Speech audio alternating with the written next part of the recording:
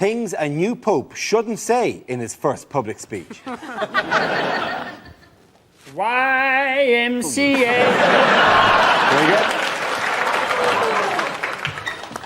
I've dreamed of this moment ever since I was a little girl. What a f***ing view.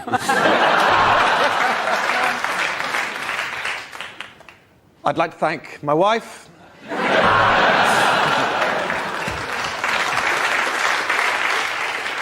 I only wish that Hitler could have been alive to see this moment.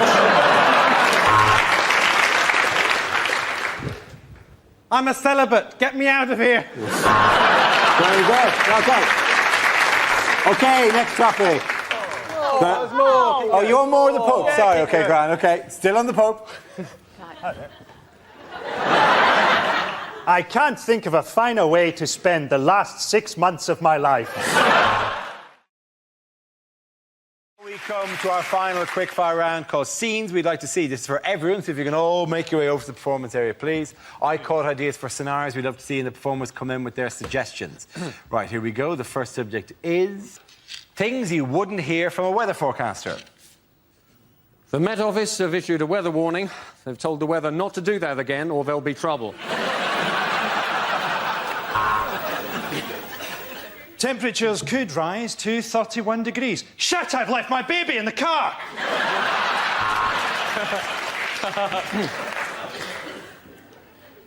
A hurricane tonight will be caused by low pressure and God's hatred of homosexuality. A huge depression over Scotland, and now the weather. And finally, a warning to hay fever sufferers. Don't come sneezing near me or I'll rip your face off. So, here's the summary. Monday shite, Tuesday shite, Wednesday shite, Thursday bollocks.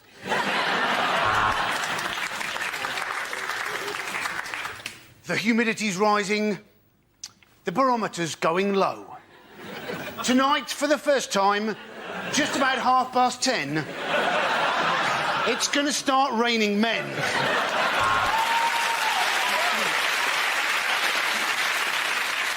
The outlook's bright for the weekend. I've got 3 grams of coke in my pocket and my wife's on holiday. Well, let's go to Carol on the roof of Television Centre. She's not meant to be there. She's just a bit depressed. This part of the country is going to stay hot and wet for quite some time because that's where my girlfriend lives. Oh, yeah. So, it's going to be between 17 and 21, but Berlusconi won't date older than that. It was raining cats and dogs last night. I should know. I was throwing them off my roof.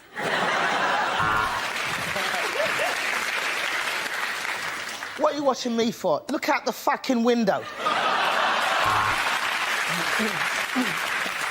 It's going to be cloudier tonight. I love those German birds. What do you care what the weather's going to be like? You look shit in all your clothes.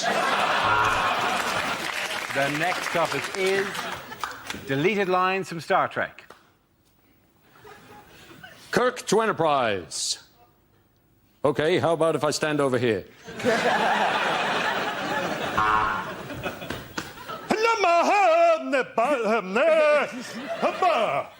Scotty, that's the most convincing your accent has ever been. Captain, I can see an alien ship approaching. It's not showing up on the radar. It's a circular vessel, some sort of lettering and number... Oh, no, sorry, it's my tax disc.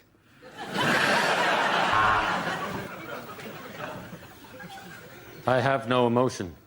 My mother was a Vulcan. My father was Gordon Brown. All right, which one of you ate my Scotch egg? This is the Federation of Gay Planets. Open your docking bay and prepare to be boarded. Tell you what, Spock, your towel is a lot softer than mine. Captain's log. Just seen some aliens. OMG. WTF. LOL. Smiley face. Who are these terrifying aliens? You can't call them that anymore, Captain. It's Uhuru and Sulu. Welcome to the SS Enterprise, Mr. Eccleston.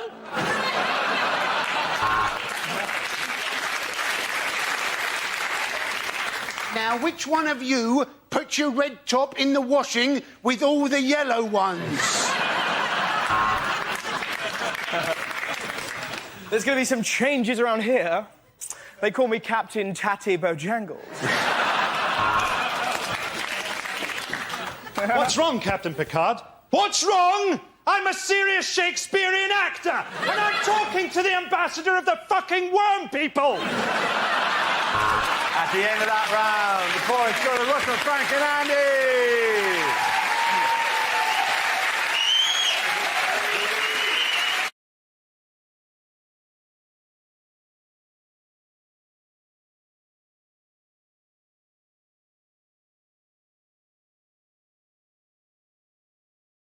The next round is called Between the Lines and it features Hugh and Frankie. Would you make your way to the press pit, please?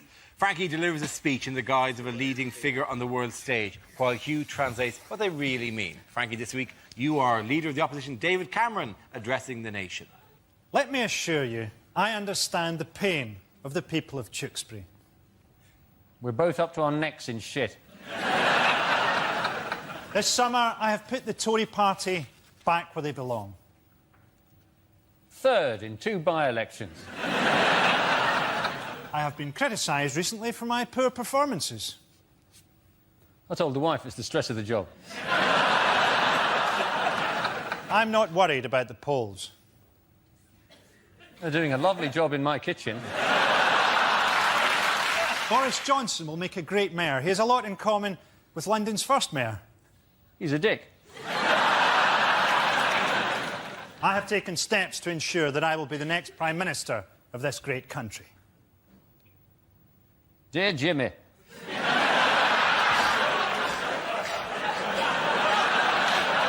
Could you fix it for me? Let's over here, Frankie.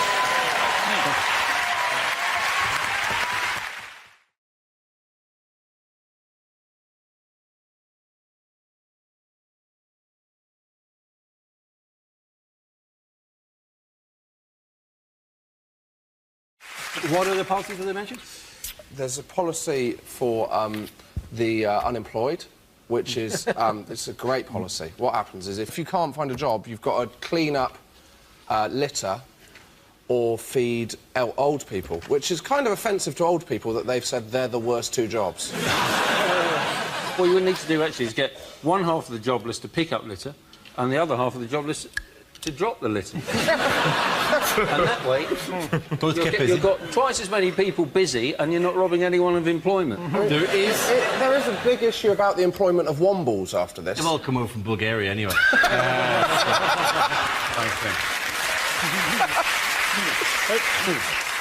No one wants to be made unemployed. It's a horrible thing. I mean, to be handed a clock and shown the door, especially if you work for Al-Qaeda.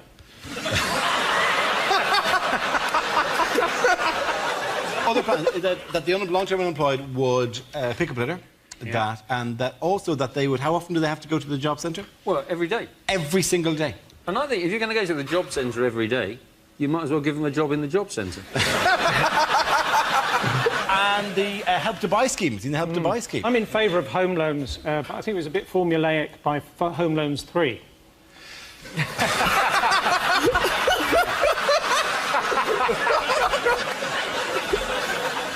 Like he was like 19 or something. Yeah. It was like, we're all going off on holiday. Yeah, right, I'll see you in 2 weeks' time. The problem is I don't think most people understand all this stuff.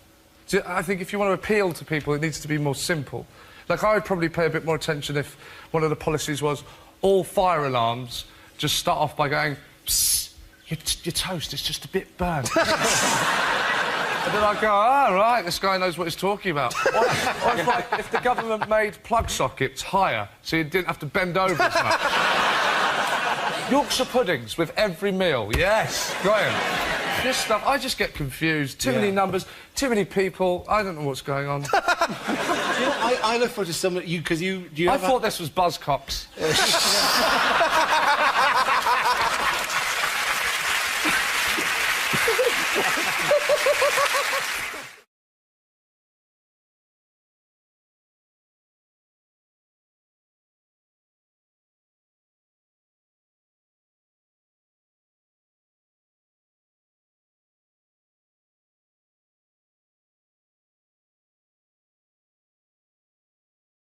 Now we play a round called Danger, Danger, Subatomic Joke Collider. This game involves Michael, Andy, Frankie and Russell, so if you could make your way to the performance area, please. This is where we test our performers' stand-up skills. We spin our news generator, it settles on a topic, and anyone can volunteer jokes about the chosen subject. The winner of the team I judge to produce the funniest stuff. OK, here we go. Let's spin the wheel. The first subject is television. Who wants to come in on that? Frankie! It's so patronising, television, isn't it? I saw a show the other day, and it was like how to sell your house kind of thing. And it said, if someone's coming round to view the house, remember to open your curtains and tidy up. Oh, thanks for that. I'd been planning on redecorating using diarrhea pills and stencils, then shaving the word welcome into my dog's back.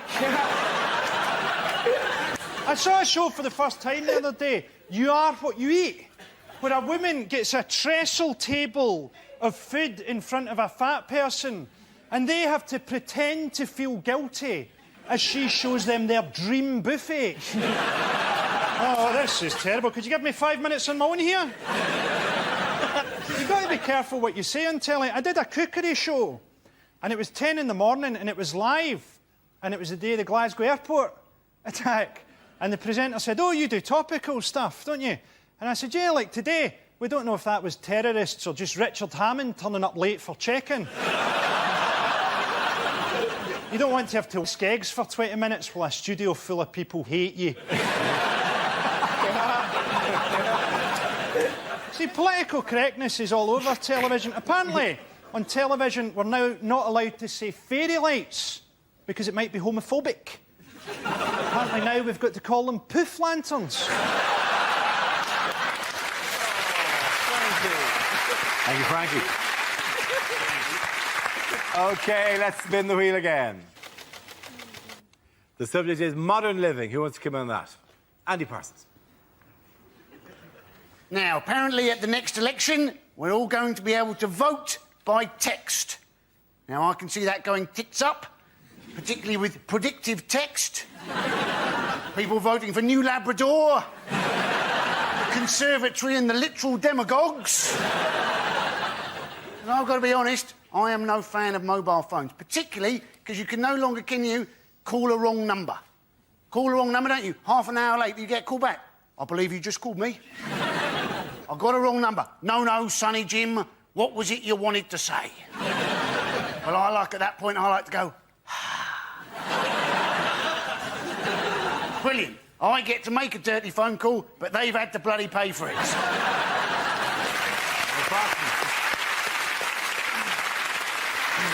That leaves us with Michael and Russell. Let's spin the wheel. Next topic is drugs. Who wants to come in on that? Russell. Good laugh, mate. I get offered drugs loads. I was at Glastonbury this year, right? And this bloke came up to me. He's like, oh, mate, do you want some shrooms? And you're quite tempted, because everyone's like, it was amazing, man. Had a chat with the tree. Good guy. He was called Nathan. You'd love him. We could play racquetball Thursday week. What a chap. But you know, if you took mushrooms, you'd be the one who would have the story that would end up on the front page of the papers. Do you know what I mean? I killed a lollipop lady. She wouldn't let me lick it and I killed her. So in the end, right, it was really embarrassing. I had 3 packets of Starburst just shoving in front of my tummy, like, nom, nom, nom, nom, nom, nom. And I was like, my guts totally gave way. And this lovely old lady came up to me and was like, are you all right? Now, you've never known being truly pathetic until you've looked into the eyes of a kind stranger and gone, I've eaten too many sweets. Thank you, Russell. OK, Michael, let's see what you've been left with. Let's spin the wheel. The topic is grooming. Michael? People like my hair, though. I do gigs, and people come up to me after the show and they go, I loved it. I go, what part? And they go, your hair. It moves around when you tell jokes. And people find it funnier than me. And I'm worried I'm going to wake up bald with a note. I've gone solo. I obviously don't need you. I'm touring. I never understand the end of a haircut, the mirror bit. There's this strange... Men don't want this bit, OK? There will be a back-of-the-head mirror. It's a mirror specially designed for the back of the head. They will fetch the mirror. Man is already thinking, I don't want this, I don't want this. And then they present to you the back of your head. It's a surreal moment in life. It's you looking at the back of your head for the only time in life you see the back of your head. And I think in the history of hairdressing, no man has reacted at this moment in any other way other than... yeah. I don't even know it's my head. For all I know, it's just a photo of his best ever haircut. I don't care. It's of no interest to me. Do people go, I love it, I'm leaving backwards. Woohoo! Thank you! Points there go to Frankie and Michael.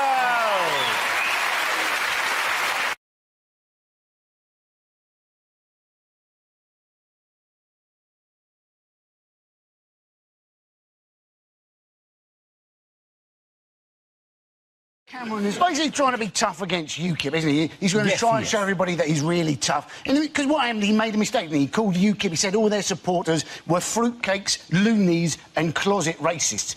And then loads of people actually went out after he'd said that and voted for UKIP. It was like he had described a large part of the British electorate. There is a party for me! Finally! Brilliant! Don't you think it's ridiculous, though? I mean, the reason UKIP did very well in the European elections is because everybody's worried about immigration. And it's kind of... what I don't understand about that is why they think immigrants want to come here. It's like the immigrants have looked on TripAdvisor for Britain and gone, oh, yes, no, this looks good, yes, it's cold, it's wet, they're shit at football, let's go there. That was an incredible generic immigrant accent.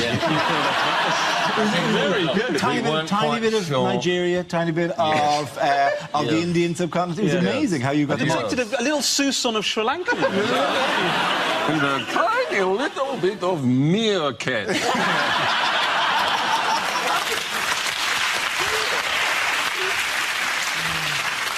In other news, what has David Cameron claimed he can't get on holiday? Oh, this is the idea that he can't actually get mobile phone reception when he's on holiday in Cornwall. Said that he couldn't actually hear President Obama on the phone once. And you're thinking, surely that's just Obama, isn't it? Going, oh, I can't be asked to speak to Cameron. I'm losing you, David! I'm losing you! Bye! It's a very kind of terrifying situation that World War III could break out, but David Cameron would not know and be at the Penzance Otter Sanctuary. Oh, shall we invade Iran, David? Sorry, I'm at Trago Mills doing my shopping. Yes. Good West Country knowledge. That's excellent West Country knowledge. Have you been to Trago Mills? I've never been to Trago Mills. What is it, please? It is a shop. Thank you. It's a shop halfway down the A38 that sells cheap carpets and sports equipment, and it's also made to look like a mock Tudor castle, and it has peacocks roaming the grounds. Trago Mills sounds like a bad guy from a Bond movie. You have crossed me once too often, but you will rue the day you crossed Trago Mills. I have cheap carpets and conservatory furniture. I know that the point of this story is to sort of strong-arm mobile phone companies into sharing maths or some sort of technical element to it. But it is, I've paid a slightly ridiculous situation that if I walk 10 feet, I'm suddenly out. And all those times that Obama's ringing me, that I've got to return home, and like the local shopkeeper goes, "Oh, you had a phone call? You know, phone? Some Obama bloke rang." He said it was very sunny in Iraq. It just shows you the different level of technology between the two countries. Obama's got Air Force One and the Beast, and Cameron has got a Samsung Galaxy. I mean, do you think he got to the point where, like, you know, Nick Clegg finally thinks he's stepping up to the plate, like Cameron's on the phone, listen, my phone reception is a nightmare, we've got an important situation, Nick, I need you to step up, I need you to do the right thing, can you get in touch with Vodafone and get this sorted out? Just call him on the landline. Yeah. That does seem... You seem to have cut through the many levels of the story quite easily. I wonder if he's on holiday with his family, it might be that he doesn't want to give Obama the landline number in case his mum answers. Oh, Mum, it's so embarrassing. He's supposed to talk to me, not you. The honest truth is, Obama doesn't call him. Why does he want to take work calls when he's on holiday anyway? He's on holiday, for heaven's sake. Obama shouldn't be ringing him when he's on holiday. He should be more bloody respectful. And secondly, we don't want him to be answering work calls. When he's on holiday, he needs to relax and get himself into the right sort of state of mind for running the country. You don't want him to be sort of making important phone calls about policy at the same time as he's trying to prevent his children squeezing sun cream into the car radio or something.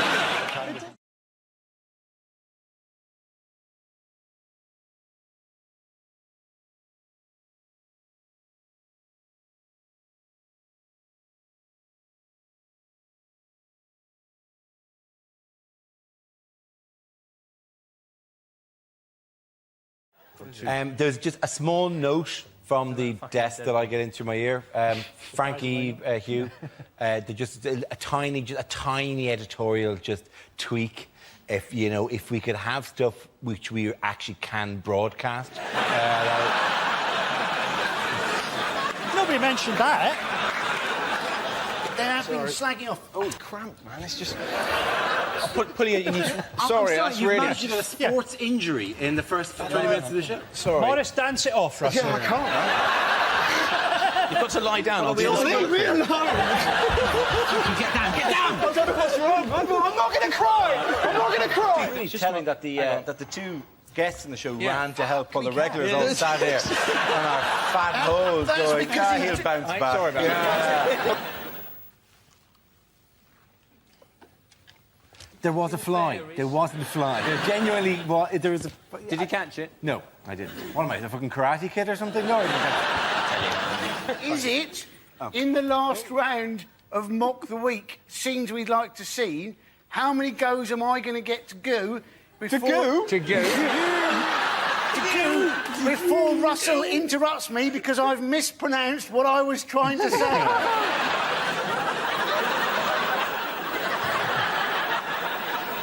You three, particularly like that looked like the evolution of man. They could be walking like that. We'll have to turn that way.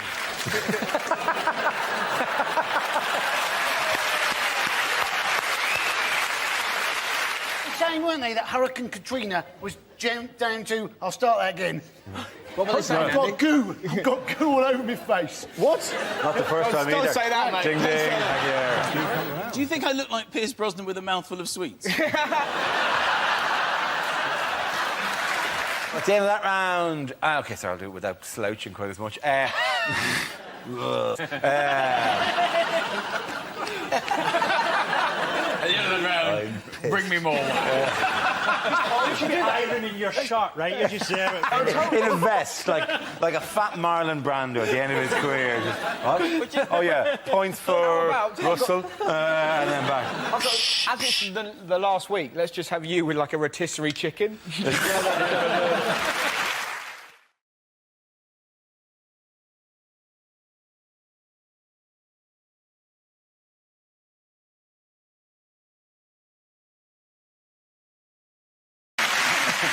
Now we play a round called There's a Labour Party in My Pants and Everyone's Invited. This game involves Nish and Milton, so if you could make your way to the performance area, please. This round is a stand-up challenge. I launched a wheel of news, and wherever it chooses to stop, one of our performers must step forward and talk about that subject. OK, here we go. Let's spin the wheel. And the first topic is health. Who wants to come out? Nish. I had a bit of a health emergency last year. I was doing the washing up and I cut my hand. I was washing up and I pushed my hand into a glass. The glass shattered and it slashed my hand here and I had to go to hospital. And let me tell you this, the NHS staff are incredible. They're really nice to me. They're really sweet. One of them called me a brave boy.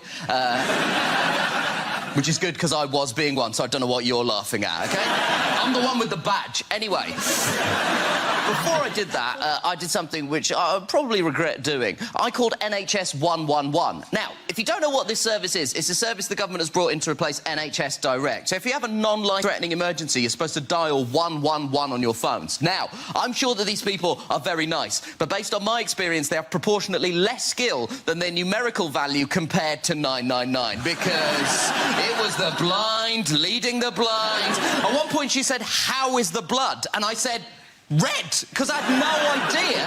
Then she said, "Is there a lot of blood?" I said, "Yes," because there was a lot of blood. And she said, "Is there enough to fill a mug?" I've got no idea. I don't wish to brag. I have a lot of different mug sizes in my house. Also, while this was happening, I was just panicking. I wasn't decanting the blood in the hope it would be poured back into my body at a later date. Then she said, is the blood flowing or oozing? I said, I have no idea what the difference is between those two things is. And she said, oh, there's a difference. And I was like, I'm not getting into a semantic debate with you while blood is gushing out of my hand. And she just went, gushing. Thank you very much. Well done, Miss Kumar. OK, that leaves us with Milton. Let's see what you've been left with. And the topic is transport.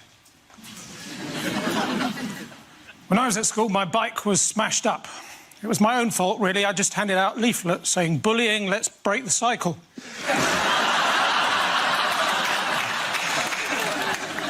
We've been over this again and again and again, said my driving instructor, pointing to the Badger.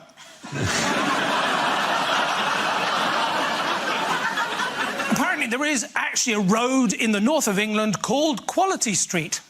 And there's only one person living in it, and he's both Turkish and delightful. Tricky, isn't it, if you're both a moth and a sea captain? In charge of a ship. But up ahead, you see a lighthouse.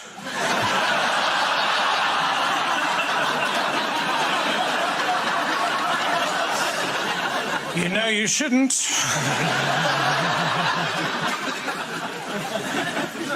Toilets in trains are rubbish, aren't they? Especially the one right at the front, and the bloke in there gets so cross.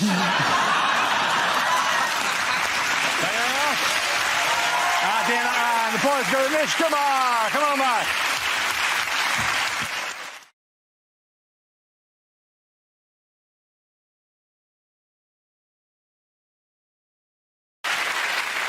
Our first round is called If This Is the Answer, What is the Question? On the board are 6 categories.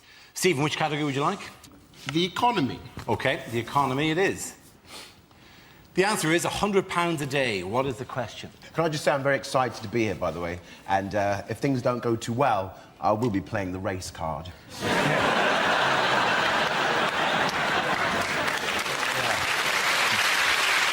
I'll be honest with you, it's always worked for me. Is it perhaps? How much Iceland food does the Katona family go through? Is it what does Jade Goody spend on magic beans?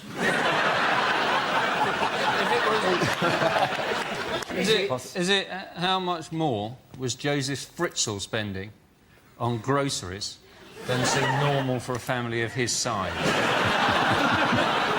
Yeah, I know we're spoiling that dog, Joseph, but nappies and flip-flops. Is it how much does Max Mosley spend on plasters? Did you read about that? Spanked for 5 hours. It'd be horrific. I hate it when I stub my toe. Yeah, but you don't stub your toe with your arse. Is it how much could you earn if you answered this ad? Work from home, must be gullible, no skills required. Is it how much is Brooklyn Beckham's pocket money? Is it how much would I pay somebody to dress up as a lion, go to IKEA and hide in a cupboard?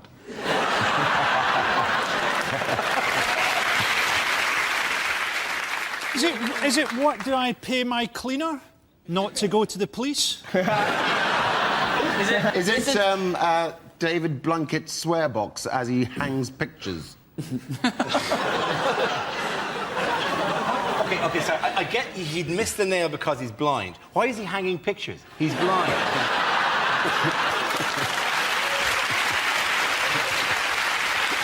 It is something genuinely to do with houses, isn't it? It is something to do with houses, yes. What's the average house price going down by? That is exactly right. Well done, Frankie Boyle. There you go. I would like home news, Lovely. Home news it is. The answer is 1 year. What is the question? What would be an appropriate prison sentence for people who use the phrase hollybobs? Not the answer, but I'll take it. Is it how long the BBC have left now they've lost Bake Off? And the clock is already ticking. Yeah. Is it in a Wetherspoon's kitchen? What is the chef's equivalent of the 5-second rule? Is it Southern Rail's estimate for a London to Brighton journey?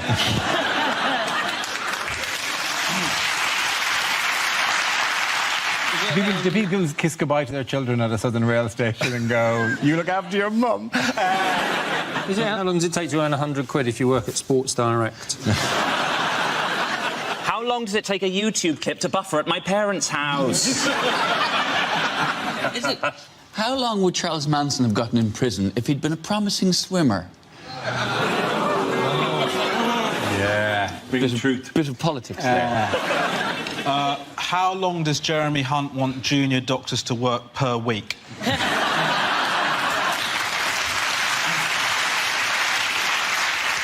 OK, so under Theresa May's education reforms, how much of a carefree childhood will children now be allowed? Is it, how long would it take to rewatch all of Dara's TV appearances from the last month? Thank you very much. If I make a joke about ISIS in the queue, how long will it take me to get through airport security? OK, is that the correct answer? I think. How long has Jeremy Corbyn been leader of the Labour Party? It is indeed. Thank you very much, you guys. Well done. Science, please. Science, yes. Whoop! Science! One up our team. Your category is science. The answer is 7 months. What is the question? Is it how old Princess Charlotte will be when the Daily Mail start commenting on her weight? Is it how long does my nephew think I've been playing hide and seek with him? Is it how long until Sepp Blatter gets bummed in prison? Is it how old was Jack Whitehall when he first appeared on this programme? Is it if I get a 30-second advert before a YouTube video, how long does that feel? You can't always skip. You can't always skip. Some of them you have to prove you're over 18 as well. It's a nightmare. Is it if I was in charge, what would be the prison sentence for saying chillax? Is it how long does it take to get to Glasgow on a megabus? Yes, a megabus. I am the accepted As if face. you've ever gone on a megabus. I'm on every megabus, Pat.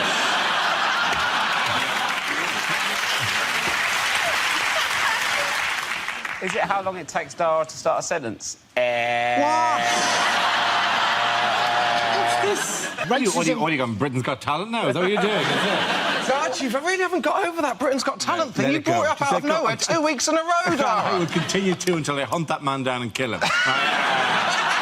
It wasn't the fact that he did it. It was the fact that it was a snippet that they chose in all the acts. They said, oh, they take 1 second from each act. And his was just him going, and the number underneath. 089888999. I know, but... There's more to me than that. Is there? No. Seemingly not. Is it to avoid suspicion, how long is Mo Farah planning to run his next 10,000 metres in? OK, can we move to the correct answer, please? Is it how long it took for me to get over seeing my dad in the bath? That's very quick, actually, isn't it? Yeah. It took me 4 years. Really? What's he doing looking at my dad?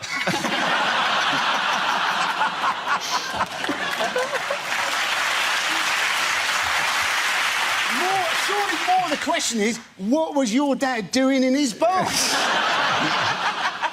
Friday night's Friday night. It's to do with that thing on the comet. That thing... That's your correct answer. It's to do with that thing on the comment. I can't believe that this is the right answer. Oh, my God. Go on. It's basically, how long was the space probe that landed on the comet asleep for? Absolutely right. Thank you very much. Andy Parson. 1/3. What is the question? Is it how much of a bottle of vodka I'd have to drink before I found Lewis Hamilton even vaguely interesting? Is it how many of this week's news stories lend themselves to comedy? It's been that kind of 3 weeks, really, hasn't it, Andy? Yes. Is it how much of Greece can you buy for £1?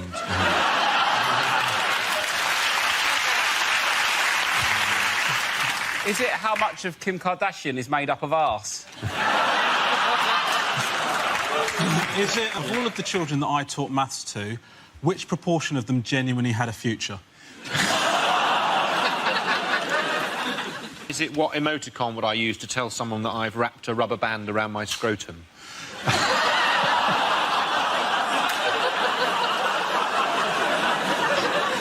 Is it what I'm always missing from a threesome?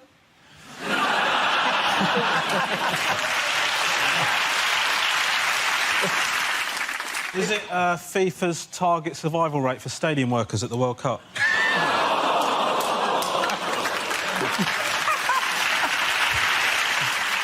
Is it, according to legend, how much of you is your head? Yes. Should be noted.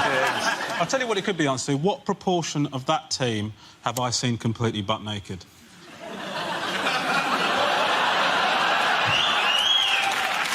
Yeah. Has anyone got any answers to a question? I feel like I'm going to ask for 10 minutes. Is it how many of the words spoken by Kanye West are about Kanye West? Is it? The way you pronounce Kanye West is incredible. Well, It's like you're asking somebody if they're able to West. Like...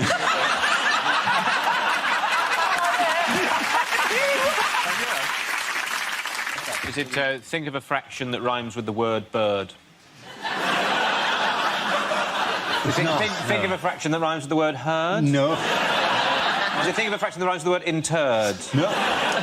Is it think of a fraction that sounds funny if you say it with an Irish accent? Yeah, that's exactly what I was waiting for you to do. Yes. Think of a fraction that I say is 1/3. What a funny country. Isn't it?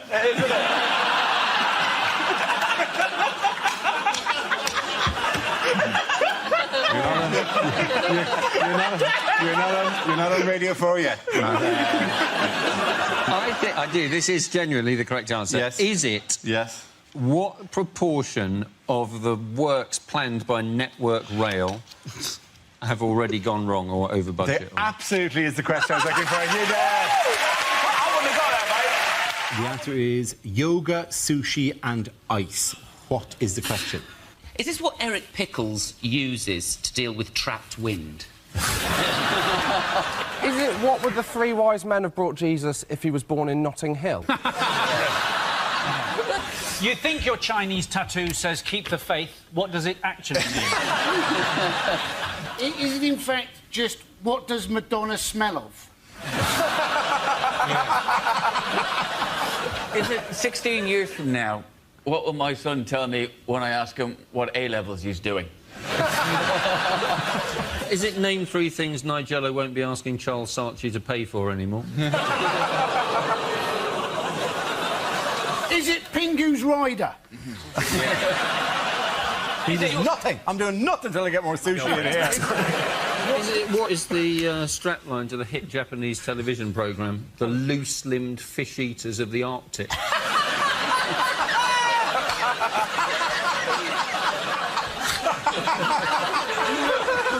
Is it what answer will you get if you ask Paris Hilton to name the elements? Is it if you own a bar in Soho, what should you call it to guarantee it'll always be chock full of wankers? Is it simply what are 3 things which are very difficult to sell door to door? It is name 3 things that can make you lose the feeling in your legs. Sushi? Yeah. Do you know what sushi actually is? Is it what Andy Murray uses to keep up his training regime? It absolutely is. Well done. Ava, which category would you like? Home news, please. OK, home news it is. The answer is 43 years. What is the question? How long does it take to repay a £10 loan from Wonga.com? Is it what's the life expectancy of someone who works at Greggs? Is it what is the average Silverstone lap time for a Formula 1 car on Pirelli tyres? Is it how long is too long to be out for if you say I'm just popping down to the shops for a minute? Is it how old is the Earth if Michelle Obama really is the First Lady? Is it how old did Dara look when he was 25? No, No, you laughed first. Oh, that's You can't pretend sympathy when you laughed first. It is, in fact, how long have my parents regretted using pulling out as a contraceptive?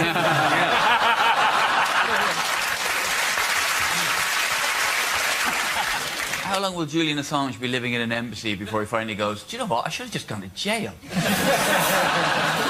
Is it, if Ed Miliband remains leader, how long will it take before Labour get back into power? What is the MILF age of consent?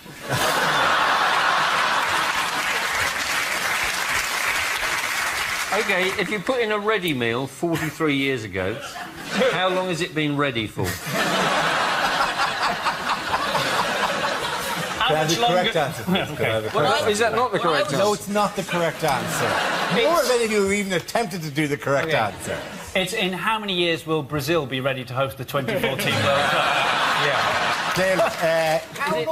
Genuinely... Genuine proper answer All right. is how long can Gerard Depardieu balance a spoon on his nose? Could have anything that even vaguely resembles a topical news story. OK, is it... How many years' worth of shale gas are they claiming there is now under the British Isles? Absolutely right, Chris Addison. Absolutely right. Politics, and the answer is 9%. What's the question? Is it percentage of British people without sunburn? Yes. In this room, I think. Yes. Is it the percentage of British men who bought for their wife 50 Shades of Grey, then tied them to the bed and pissed off down the pub? Rounding it up, what percent of Jesus' disciples turned out to be a bit of a wrong-un? Is it what percentage of people at a Michael Bublé concert aren't using Tenor Lady? Is it what percentage of EDL members can spell EDL? Is it at what point would I normally start running around the room going, have you got a charger? Have you got a charger? Is it for how much of history has Bruce Forsyth been alive? As a relatively successful stand-up comedian, how much tax should I be paying?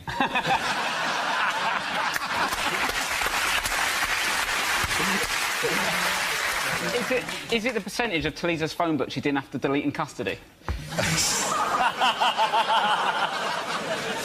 What are Edward Snowden's chances of making 40? Well, I'm not going to kill him. Are you sure you weren't initiating the murder of Edward Snowden? Unless this is a sleeper cell that I really hadn't known about. You definitely offered me £100 backstage to kill Edward Snowden. It definitely happened. To be honest, you're a Geordie. You'll do anything for £100. What proportion of the UK electorate think UKIP is in fact a sleeping tablet? OK. OK. I need to, I know I say these words a lot. The real answer is... I need to use words. What gradient of hill makes Chris Froome go, that's a piece of piss? How many Glastonbury Festival goers are still chilling out in front of the pyramid stage? Is it how much of the show will be over by the time you get the correct answers to this? What percentage of this panel will still be alive when Dave show the final repeat of this episode? Amen, brother. I would like to... OK. Sorry, genuinely, the correct answer you can, please. Genuinely, yes. What percentage of people actually can't believe it's not butter?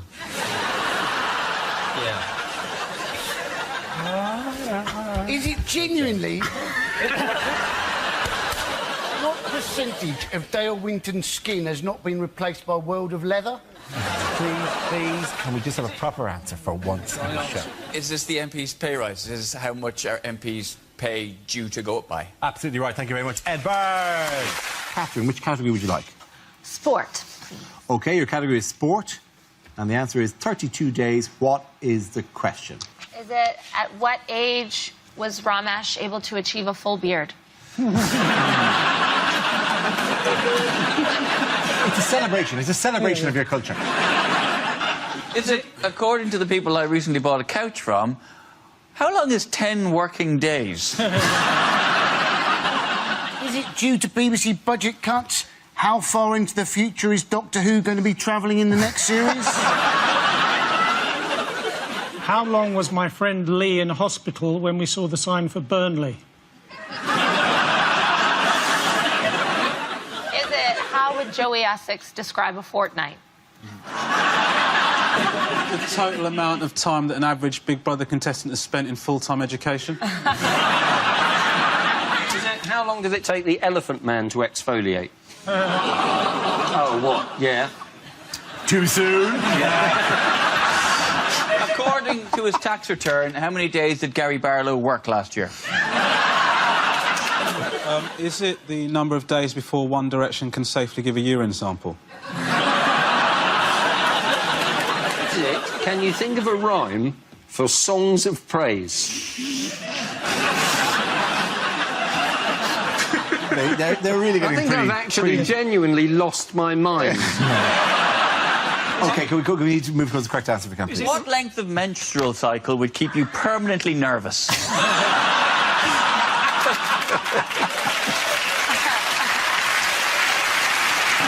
it how long the World Cup is going to last? Yes, it is. Very, very good. Thank you very much, Catherine.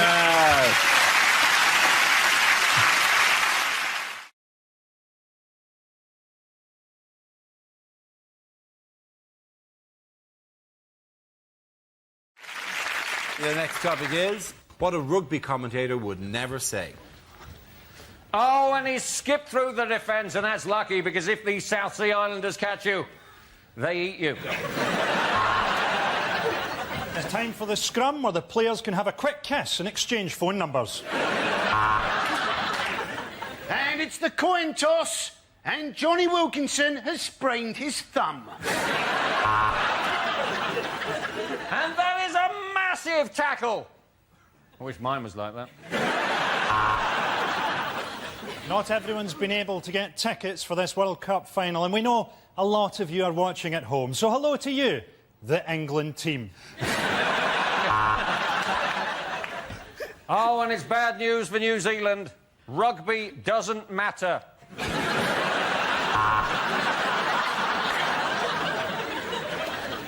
Keep an eye on this ball as it hits the ground, because it's such an unusual shape, it could go anywhere.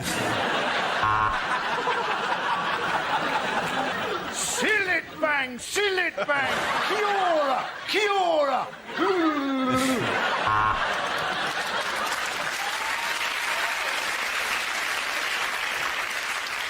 All pretence has been abandoned as both teams take to the field naked, covered in lubricant, to the sound of pounding techno. Thick muscular necks, broken noses and powerful thighs. The rugby wives are minging. Well, he is in many ways the perfect fly half. Legs of a human, torso of a blue bottle.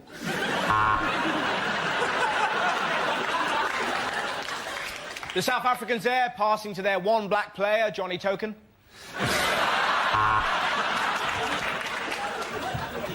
So it's England versus Samoa, a team of rank amateurs against Samoa.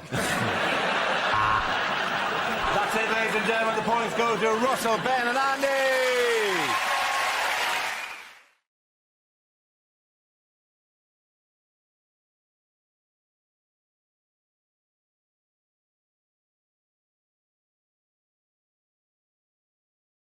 OK, here we go. The first subject is nationality. Who wants to come in on that? I'll take it. Jared. Like most of you, I've got a nationality. I'm from New Zealand, and the thing is, growing up in New Zealand was pretty tough. It's pretty tough, especially with the name Jared Christmas. That's my real name. Jared is spelled J-A-R-R-E-D. Thanks, Mum and Dad, that's Jard. Cheers for the double whammy of Christmas as well. Woo! High school was a treat. For a whole year, I had a teacher. Whenever she was calling the register in the morning, I was never allowed to go, "Hi, hello, I'm here, good to see you." No, every morning it was Anders, present, Brown, present, Christmas. But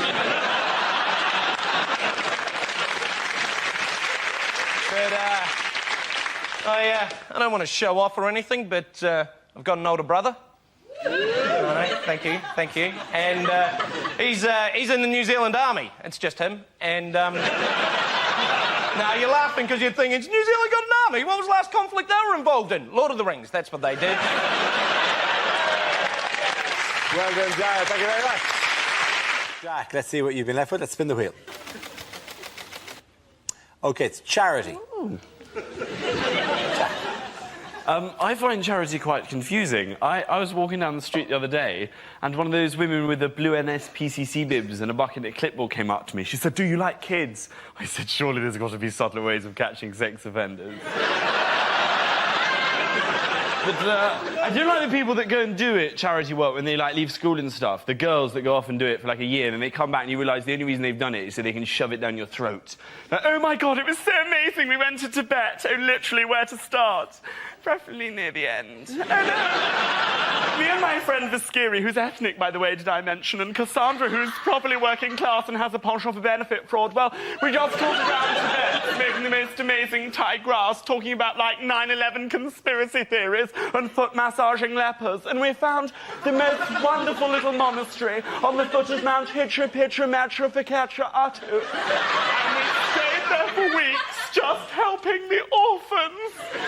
It just makes you think, haven't the orphans suffered enough?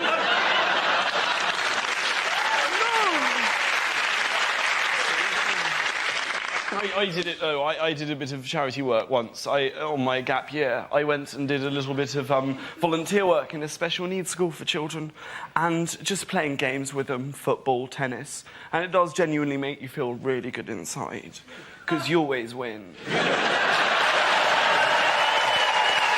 done. At the end of that round, the points go to Little Bit of it.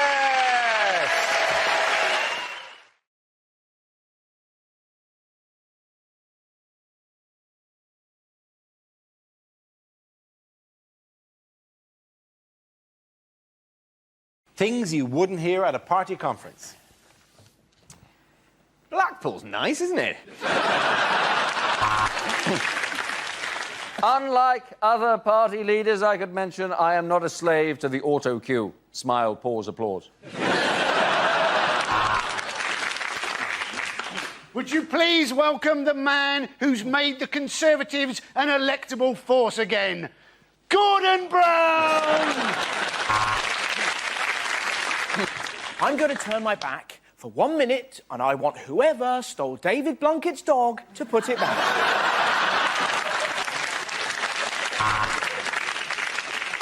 The delegates were so impressed by Ming Campbell's speech that they gave him a 10-minute standing cremation.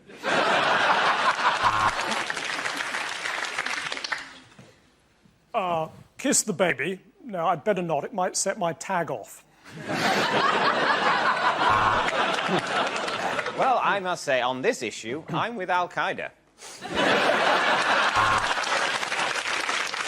So, for Scottish independence and cheaper parking, vote S, NCP. In an attempt to be more like Barack Obama, Gordon Brown has sensationally blacked up.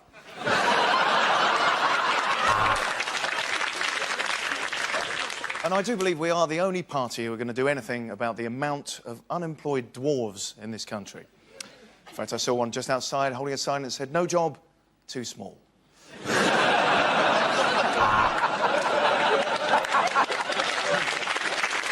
We're going to open this BNP conference with a prayer, so if you'd all like to turn towards Mecca.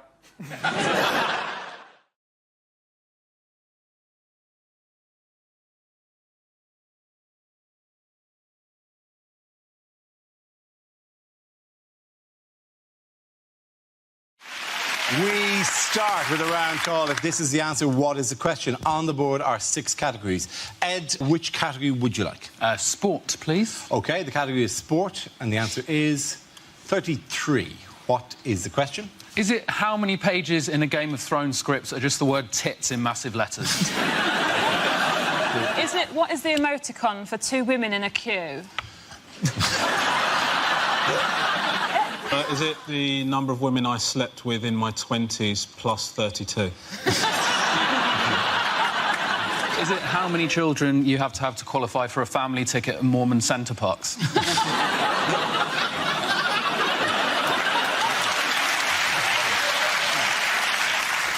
Is it At what age did I finally accept that I would never play the Milky Bar Kid? You really want to do that? that? Dream diet. I've got 3 years to go. Finally accepted. Okay. How many cans of Fosters can you drink and still be below under the limit? How can? That's the way you wouldn't want to say it if you'd actually been stopped by the police. And how much would you be able to drink? Well, how many Fosters can you have? Under the limit, actually. I am below under the limit. Not above. Is it after how many miles did one of the proclaimers ask if they were nearly there yet?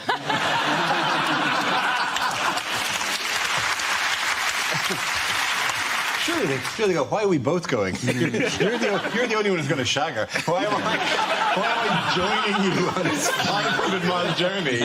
You promised me she had a friend. Is that right? Is it? If a minicab says that it's 5 minutes away, how minutes? Holy! Oh!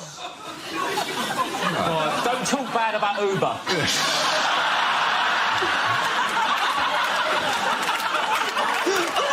Well, here, the minicab industry has long fingers, isn't it? You won't learn that today. Well, from now on, I'm taking a black cab. There is a little bit of glass. Look, it's a bit now. Sue! Injuries at work! Oh, my God. Have you been injured? You probably did the voiceover for those ads. Why did you ask yourself? I had 33 Fosters and then the light exploded! Now, I'm going to check with you. What do you think? They're happy. They're happy. Oh, they're happy! Yeah, brilliant, yeah. Carry on. So easy for you to say. All right, okay. We're being shelled here. Is it how many people are going to be sacked after that light explosion?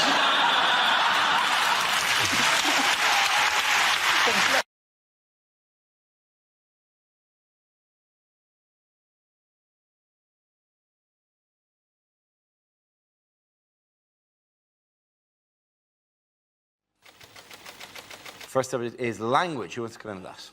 Chris. Language, apparently, was developed by humans to help them during hunting. That's what people will tell you. I don't buy that. I think language is more likely to have developed spontaneously, probably between a cave couple who were just furious with each other, incandescent with rage, but completely incapable of expressing their emotion, just standing opposite each other in the cave mouth going until something had to give. And one of them finally snapped and went, "You prick!" And they all went, "Oh, it's all coming out now, isn't it? Never clean this cave up. This place is a tip." "Well, why didn't you say something before?" "Well, I couldn't, could I?" "You're a pig, you are. My mother warned me about you." "Oh, really? How?" The Bantu languages of the southern African peoples, they speak with a system of clicks and tuts, this kind of using their throat and their tongue, and constantly surrounded by horses they've no need of. It's a nightmare for them. Bantu for go away horse is they're screwed, really, isn't it? Thank you very much, Chris. OK, let's spin the wheel again. The subject is home life. Who wants to come in? Sarah. My home life involves no children. I don't really like children. And if you ask, most of my female friends don't have kids. If you ask any woman who doesn't have kids what would worry them about having kids, the answer would always be childbirth. From what I understand of childbirth, it changes you downstairs, doesn't it? Changes you downstairs. I quite like my downstairs the way it is, thanks very much. Certainly don't want an extension. But it's bound to change, though, isn't it? Because you're forcing a person out. That's what you're doing. You're forcing a person out. I've never forced a person out. I forced a couple in. But I was in a shop recently, and this little boy came running over to me, put his hand in mine and shouted, "Mammy!" And I thought, oh, sometimes forget me keys, but I think I'd remember that. And then his dad came over, and I thought, I wonder if this is the best chat-up line ever. And his dad's going to go, "No, no, that's not your mammy. Remember, your mammy left us because my willy's too big."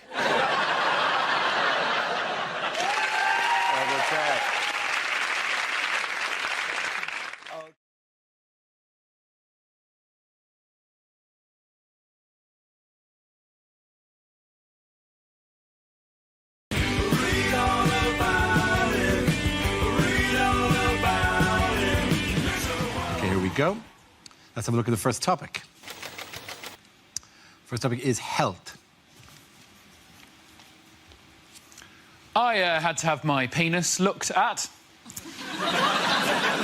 By a doctor. I didn't just wake up one morning and go, oh, more people should be looking at this, quite frankly. I used to spend an hour a day at my bedroom window with it pressed up against the glass. It was a scary experience having to go to the doctors. I thought I should build up the courage to get down there and have it looked at. Well, I went in there, my courage flew out the window like a little bird.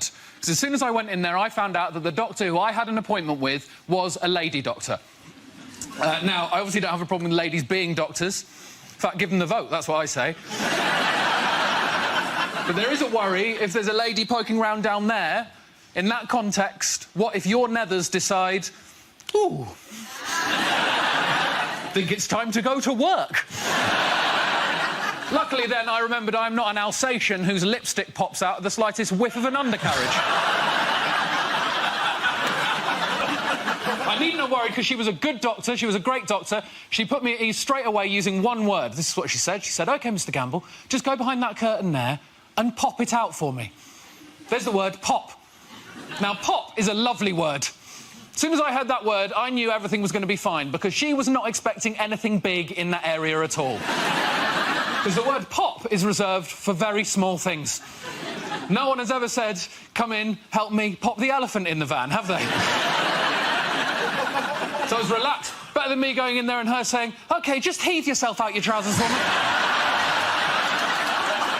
Just haul yourself out the front of your trews. Just swing yourself over in my direction.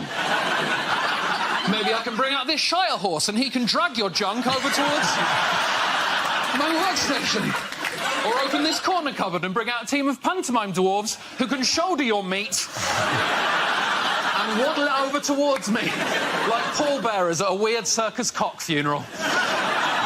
Thank you. Good job. OK, that leaves us with Rob. Let's see what we've been left with for a topic. Let's spin the wheel. And the topic is growing up. Yeah, I've had a big year. I've been growing up, got married. And I live with her as well. We're doing I like it, it's exciting.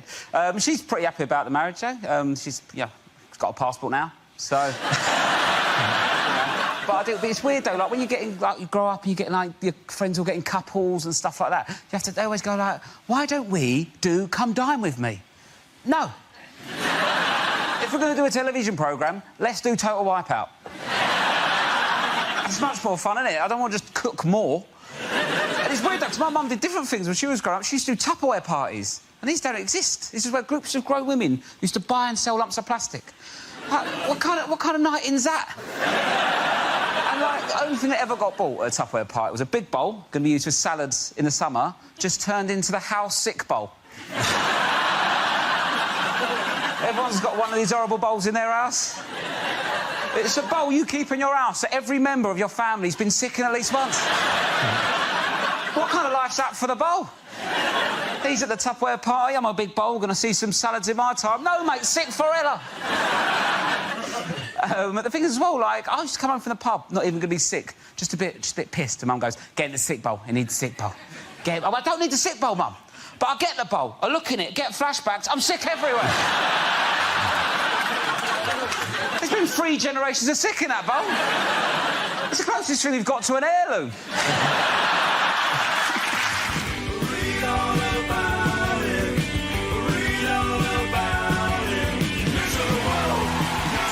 Both of you. Points for both Rob and Ed. Come on back.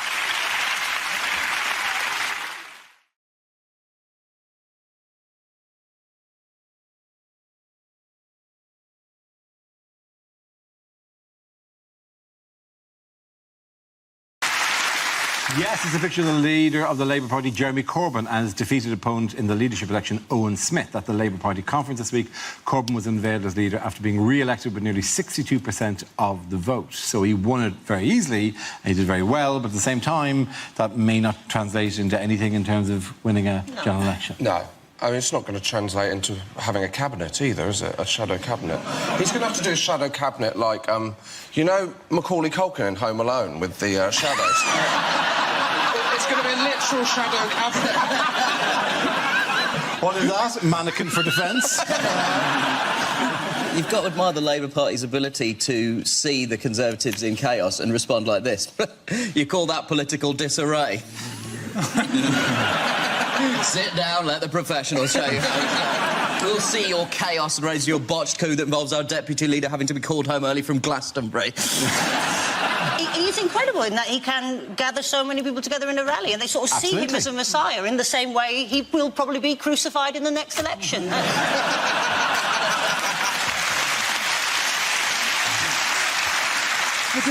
It's some statistics like that the largest political party in Europe or something at the moment. The largest amount of members. I mean, he rode in on a huge wave of success. It should translate across, and yet, and nobody's any attack on him. It feels like winning the technical challenge in Bake Off, you know, where you make some stop angling for the job. Just saying Can I interject here? Has anybody on this stage won the technical challenge in Bake Off? Yes. Yes. What did you have to make? Lemon meringue pie, bitches! OK, right. Two things. Firstly, you were doing great on I won the technical challenge on Bake Off until you said the words, a lemon meringue pie. When you know... No! That's just a cake. That's not a technical challenge. It's some 17th century... Lemon meringue pie is not an easy technical bake. In fact, Paul Hollywood even said, he looked at me and said, I bet I'm going to cut right into that, and all the meringue's going to just pour out of it. Did it? Did it, bugger it?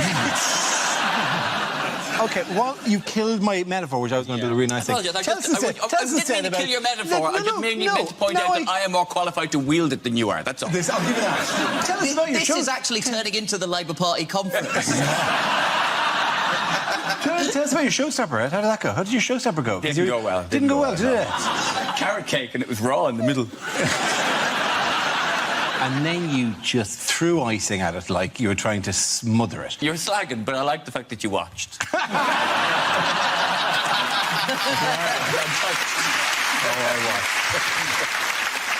What did Corbyn say about the MPs who would... Well, he said he'd wipe the slate clean, probably with their own faces, but he will have them back. There'll be no hard feelings. He said most will not get deselected, which is not the most reassuring way of putting that. It's like if a doctor says, we can save most of you, still end up, this hasn't gone well somehow, and I'm down a limb or two at the end of this particular interaction.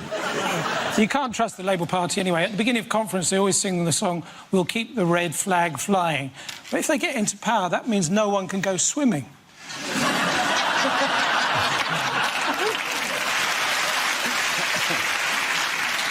Is it 600,000 followers? I think they're members. I think they're followers, aren't they? Necessarily. That's Christ you're thinking of. Also, I think he's got 12.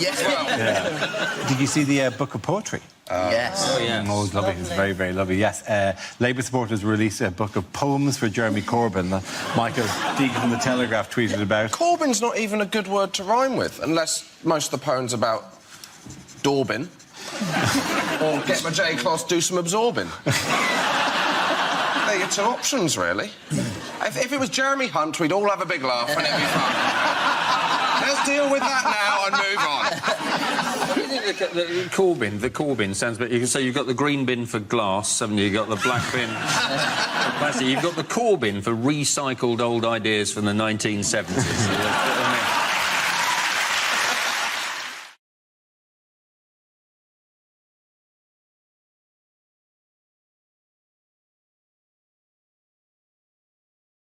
Yes, this is Prime Minister David Cameron on a visit to a housing development near Manchester during this week's Conservative Party conference. At the conference, a number of high-profile policies were announced.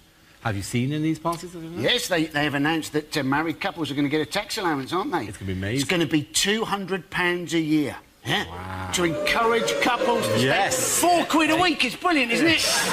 People going, yeah, walk out, go on, don't turn around now. Come on, eh? There's £2 in it for you. It literally is a pint you could just get a pint out of it, and then every week you'll argue over who gets the pint. You're talking London prices here. Sorry, of course. If they break into a student bar in Stoke, you get hammered for a month. Well, I don't think that's going to help the cohesion of their marriage. So at £200 a year, the average wedding is £18,000. So to break even, 90 years you need to be married for. Don't go dying on me. Don't go dying on me. I need another 23 years out of you. Come on. We're not married, Andy. No. That was like the weirdest romantic movie ever. Don't you die on me. Don't you die on me, Josh Widdicombe. Don't I feel the gooseberry? Who's actually going to be... What decision would you make differently because it's £200 a year? Well, my accountant advised me to become a Mormon. But your accountant actually is a Mormon. He just hands out those leaflets all the time. That was a completely unrelated anecdote. It is weird because it's social policy, it's social engineering by dangling money in front of people. He hasn't dangled it in front of people, he's waved it in front of people and said, if you like it, then you should have put a ring on it. That's what he's done.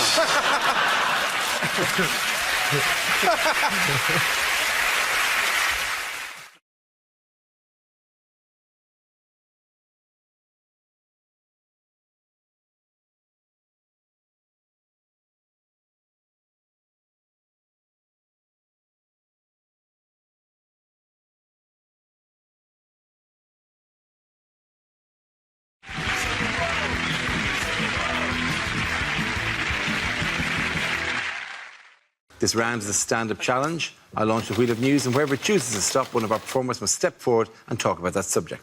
OK, here we go. Let's spin the wheel. The first subject is going out. Rob. I like going out and getting drunk. It's fun, isn't it?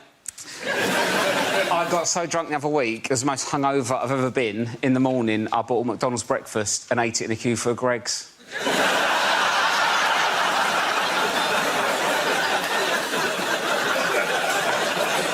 And I still don't know if I'm ashamed or proud. I don't like tequila, though. I don't like doing shots. It annoys me with tequila. It's too much admin, isn't it? So I'll lick a bit of salt, eat a lemon. What are you doing that for? It makes it taste nicer. It's not fish and chips, is it? So it's all, no one looks like they're enjoying it. Everyone looks panicked, don't they? They're always like, oh, thank God for the salt and lemon. They're loving it, aren't they? Do you know what make a tequila nicer? Do a tequila, then have a Cadbury's cream egg. That'd be nice, wouldn't it? Take the taste out of your mouth. The thing is, as well, though, it's like I can't properly get on it now. I'm like a bit older. I'm not saying I'm too old to get drunk, but when I was 18, you don't care, do you? You can get battered. Just get on with it, right? Because hangovers, they say hangovers get worse. They don't, do they? You just have more shit to do when you're older. That's the problem.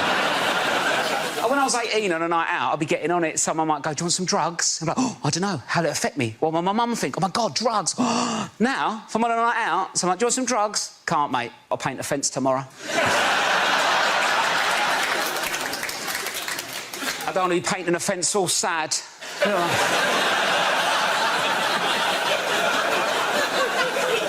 All hot, sweaty and vulnerable, like, oh. I was really looking forward to painting this fence last night. Told everyone about it. I'm so hot, sweaty and sad. I'm more likely to keep hold of the drugs, do them in the morning before the fence, just smash it like that. I'll do the roof, shall I do the roof? Let's do the roof. We've got no ladder. I'm flying, Mum. Thank you very much, Rob. OK, that leaves us with James. Let's see what topic you've been left with. Let's spin the wheel. And it's food and drink. I'm not like Rob. I don't like going out and getting drunk. I like staying in. I drink on my own. Way cooler, man. I lock the door, I get myself a glass of punch. Is that weird? I drink punch on my own. Is that strange? I drink it from a big punch bowl with a ladle in it in the corner of my bedroom. Is that weird? I don't know what other people do. People are always worried about punch getting spiked. Solo punch, problem solved. Not to spike myself, unless it's Fun Time Thursdays.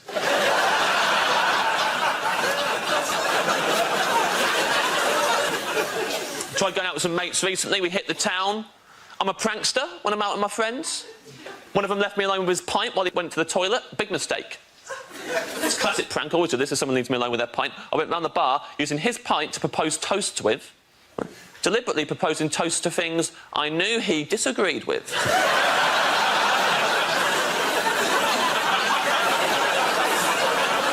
He comes back, has a sip. What you done with that? I'm like, ha ha.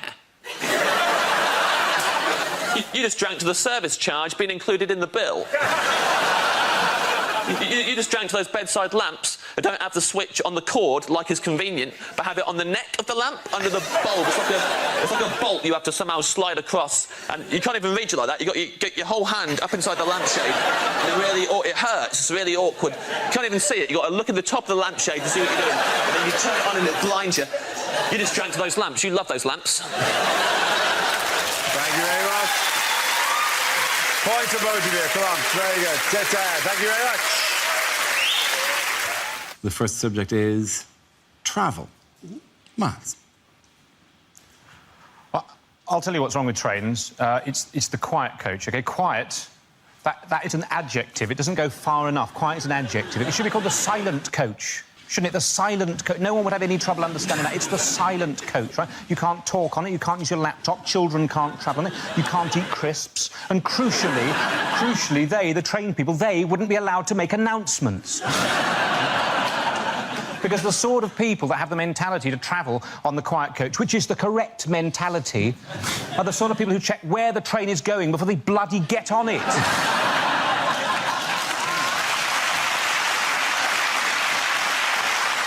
For years, we've just not got these things right. Mock the Week audience, you're exactly the sort of people that know what I'm talking about. In Russia, during the revolution, right?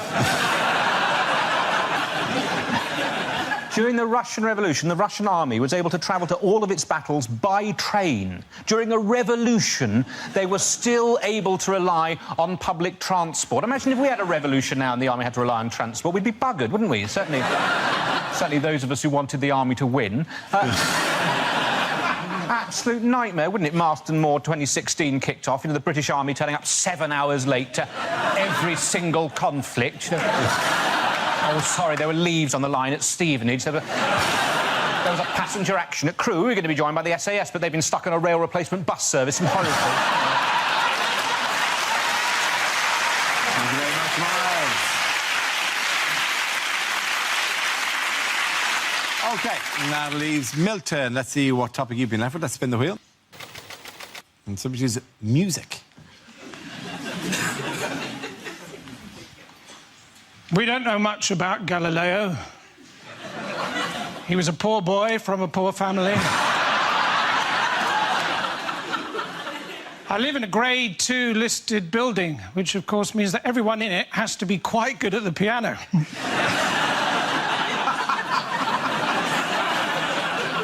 Apparently all Chinese children who are learning to play the piano know a tune called Knife and Fork.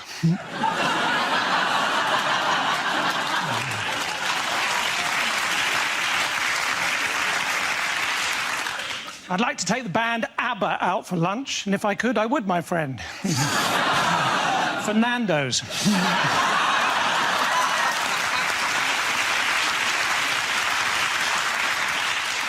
When I was at school and it rained, we used to have to stay in for wet play. And when it was cold, we used to have to stay in and listen to this really dull band. AD 79. Julius Caesar receives the first ever weather forecast.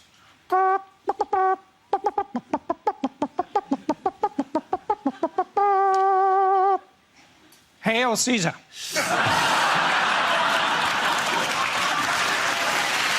you very much. Points there go to Better Jones. Come on. And the first subject is jobs. Who wants to come at? Reece.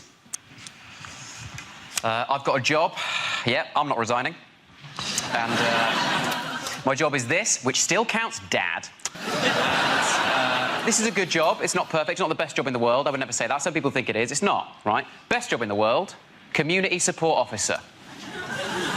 With no power comes no responsibility. Best job ever. Nothing is expected of you if you're a community support officer, right? If it's not writing down someone's details, then it is beyond your remit. That is 100%. It's just vigilante admin. That's all it is. You're a professional grass. That is your job. I got a leaflet through the post a few weeks ago advertising that job, right? It said, do you have what it takes to be the best? Will you stand up in the face of danger when no one else will? No? Then you should become a community support officer. In the hierarchy of law enforcement in this country, it goes Army, Police, British Transport Police, Ticket Inspector, Traffic Warden, Park Ranger, Dinner Lady, Kid wearing Nike trainers, Kid wearing Adidas trainers, Community Support Officer, Kid wearing Umbro. Well done.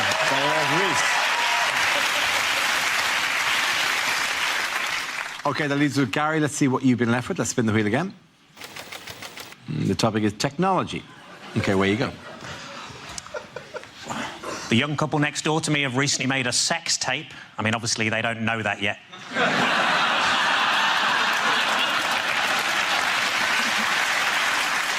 The hardest part of making skimmed milk must be throwing the cows across the lake.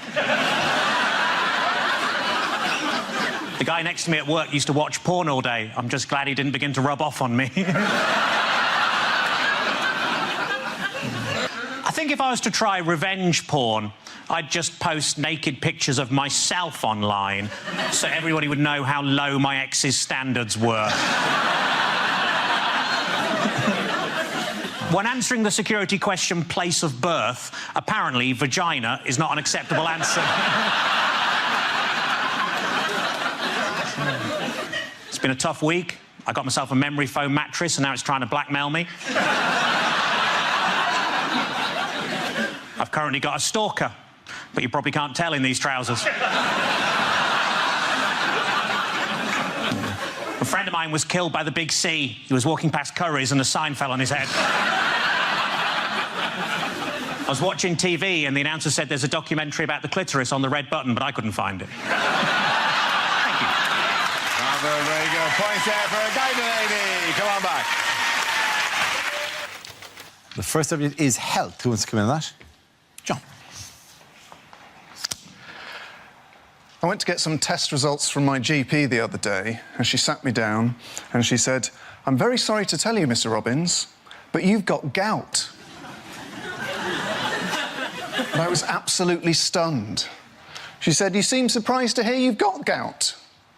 I said, "Yes, I am, because I'm not from the 17th century." She said, "The first thing you need to avoid, Mr. Robbins, is alcohol." Now, it's gutting, because what do you replace alcohol with? I am not a doob monger, nor do I ride the Chinese highway. By which I mean I don't take drugs. I think mainly because I don't have the vocabulary to oversee a transaction. So she says, "The second thing you need to avoid, Mr. Robbins, is cheese." And I said, out loud, to a respectable GP in her late 60s, "What the fuck, mate?" Then she gets this serious look on her face, and she says, "The third thing you need to avoid, Mr. Robbins, and this is very important, is offal." Well, I'll tell you what, if I didn't damn near spit that pig's ear clean out of my mouth.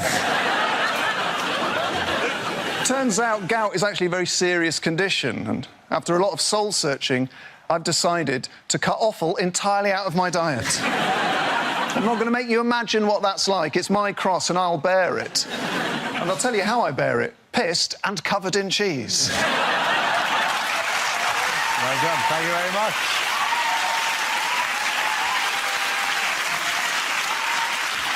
That leaves us with James. Let's see what you've been left with. Let's spin the wheel. The topic is moving house. I moved house recently. Luckily. That's good, isn't it? It's fortunate. Touch and go for a second there, and that came up, and I was like, ka-ching!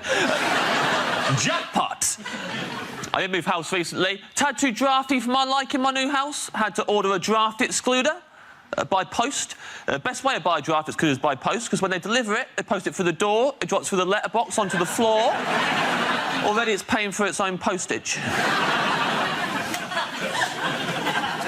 Moved to West London. I used to live in South West London. Different times, I was a different person. Used to be in a gang.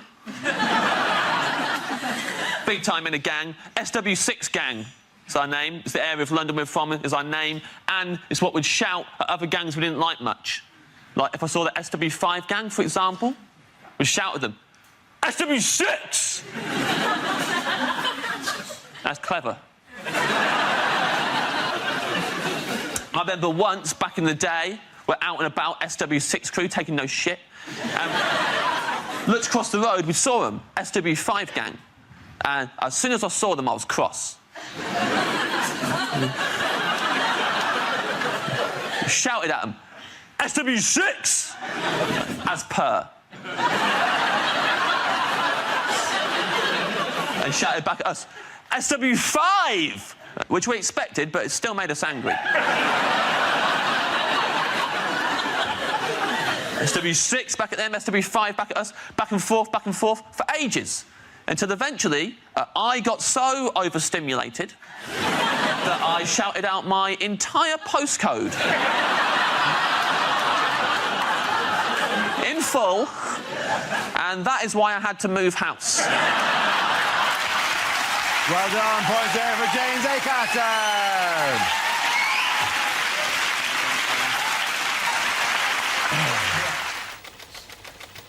The first subject is alternative medicine. Can I have a volunteer to talk about that? Andy. Apparently, a lot of people trying to get into therapy at the moment. Other people knocking it, saying, you know, oh, well, you should just lose your inhibitions, talk about your problems to your friends. I thought I'd try this. I talked about my problems to my friends for a whole hour. Lost my inhibitions, also lost my friends. I now tell my problems to taxi drivers. 2 advantages in this. 1, it stops the taxi driver from telling you his problems. And 2, it's amazing how much quicker you get to your bloody destination. Well done, Andy Parsons. OK, let's spin the wheel again. Subject is the media. Who wants to come into that? Russell. I'll do that. I'd see, you know, the way I like getting the news is Radio 5 Live. It's fantastic, 'cause it's just news and nutters, isn't it? They'll read out, like, that was the Pope's view on abortion, and then, hello, Felicity Puddleduck here, livid and ill-informed. I'd just like to say those harlots who give birth to their children aged 2 that charge you to national service. I'm off to bake a cake. And you sat there listening, and then the next night, David, are you out of your mind? Cloning? Think it through. 2 versions of me. Want to go out and commit a crime? Who gets blamed for it? Me! I'm doing a 20 stretch. He's banging my wife. Where's the justice? And you sat there listening to these nutters, and then the most ridiculous story. A man in Bristol's found the face of Jesus on a crisp. And suddenly, I couldn't believe how you put up my frazzles. There he was! Russell Howard. OK, the leads are Hugh and Frankie. The next topic is sport. Do you know, I've heard a rumour that horse racing may not be completely honest. It's unbelievable, isn't it? But how do you stop the corruption? Well, one solution may be to call horses something like mafia-backed second favourite. Because if everyone did that, everyone would be confused, no one would know who to bet on, and the whole thing would be fair again. And often the first to show is blatantly bribed, followed by mafia-backed second favourite. They're just ahead of Dope to the Gills, Mysterious Limp, and just behind them, Out for a Canter, and I'll Fall at the Fifth. And as they come to the fifth, I'll Fall at the Fifth has fallen. I'll Fall at the Fifth has fallen at the fifth in a magnificent display of cheating. And they're coming into the final furlong. Mysterious Limp is slowing. Out for a Canter is clearly struggling, but coming through strongly is mafia-backed second favourite. And as they cross the line, mafia-backed second favourite has won it, which is remarkable, seeing as he has no head. That's been left in someone's bed for tomorrow morning. Well done, you. Well done, you. OK, Frankie, let's see what you've been left with. And it's environment. Didn't that used to be an advert for mints? Ryanair getting a hard time from the environmental lobby because they've launched a £7 flight to New York. Although, as always with Ryanair, it does land slightly outside New York, in Dublin. It's a pity we can't harness more natural energy, isn't it? Pity we can't harness the power of British moaning. Oh no, that moaning-powered light bulb's on the blink again. Oh no, there it is, back on. Everyone complained about the floods, didn't they? I like storms. I like thunder and lightning. What I like to do during a storm is shag my girlfriend and pretend that we're taking part in the conception of the Antichrist. Frankie Boyle, ladies and gentlemen. At the end of that round, the points go to Frankie and you.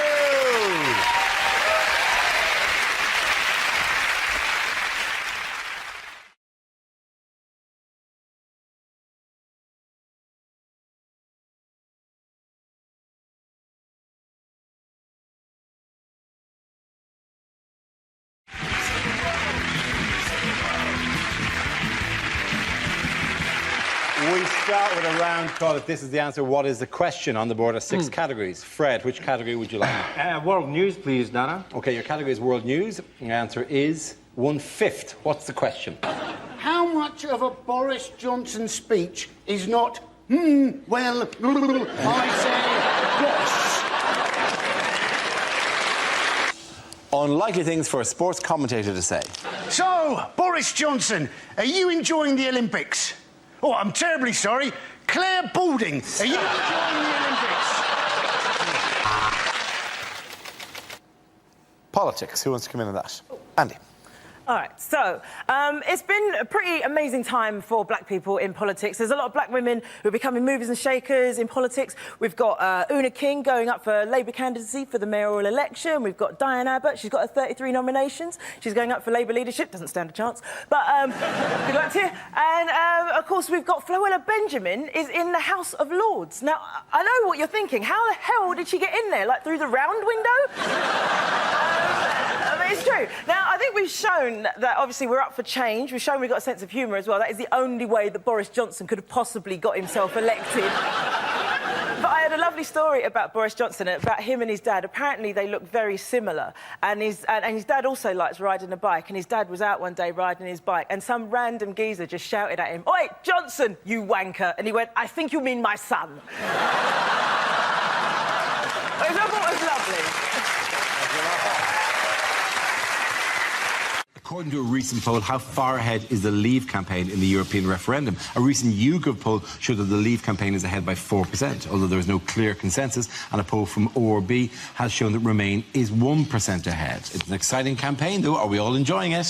Well, Loving it. Some people say that the polls can't be trusted, which tells you how they're going to vote. I don't know how you could look to a poll in this area, because you truly ring somebody's doorbell and you open it and then you go, "Are you in or out?" And they go, "Well, I'm clearly in." I think it's not had a great PR campaign behind it, has it? Because Brexit's a terrible name. It sounds like cereal you have when you're constipated. Given the rest of Europe's attitude to us, it feels a lot more like Bruck off at the moment. Do you remember when we were doing a series last year? It wasn't Brexit, it was called Brixit this time last year. Was it? Which is another version of Brexit, which is also wrong because it sounds like a type of Lego, or what the Greek finance minister does every time he sees Angela Merkel.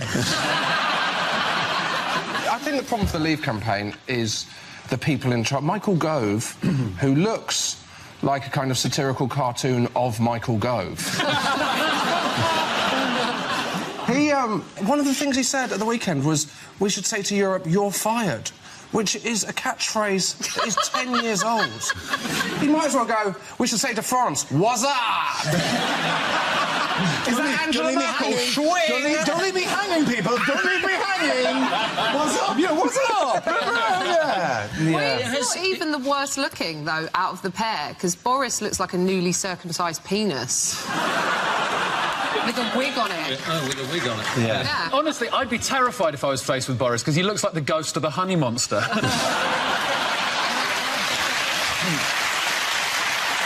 when you've got Gove, Johnson and Farage, that isn't the leader of a campaign. That is the worst ever game of shag, marry, kill. Now we play a round called If This Is the Answer, What Is the Question? On the board are 6 categories. Nathan, which category would you like?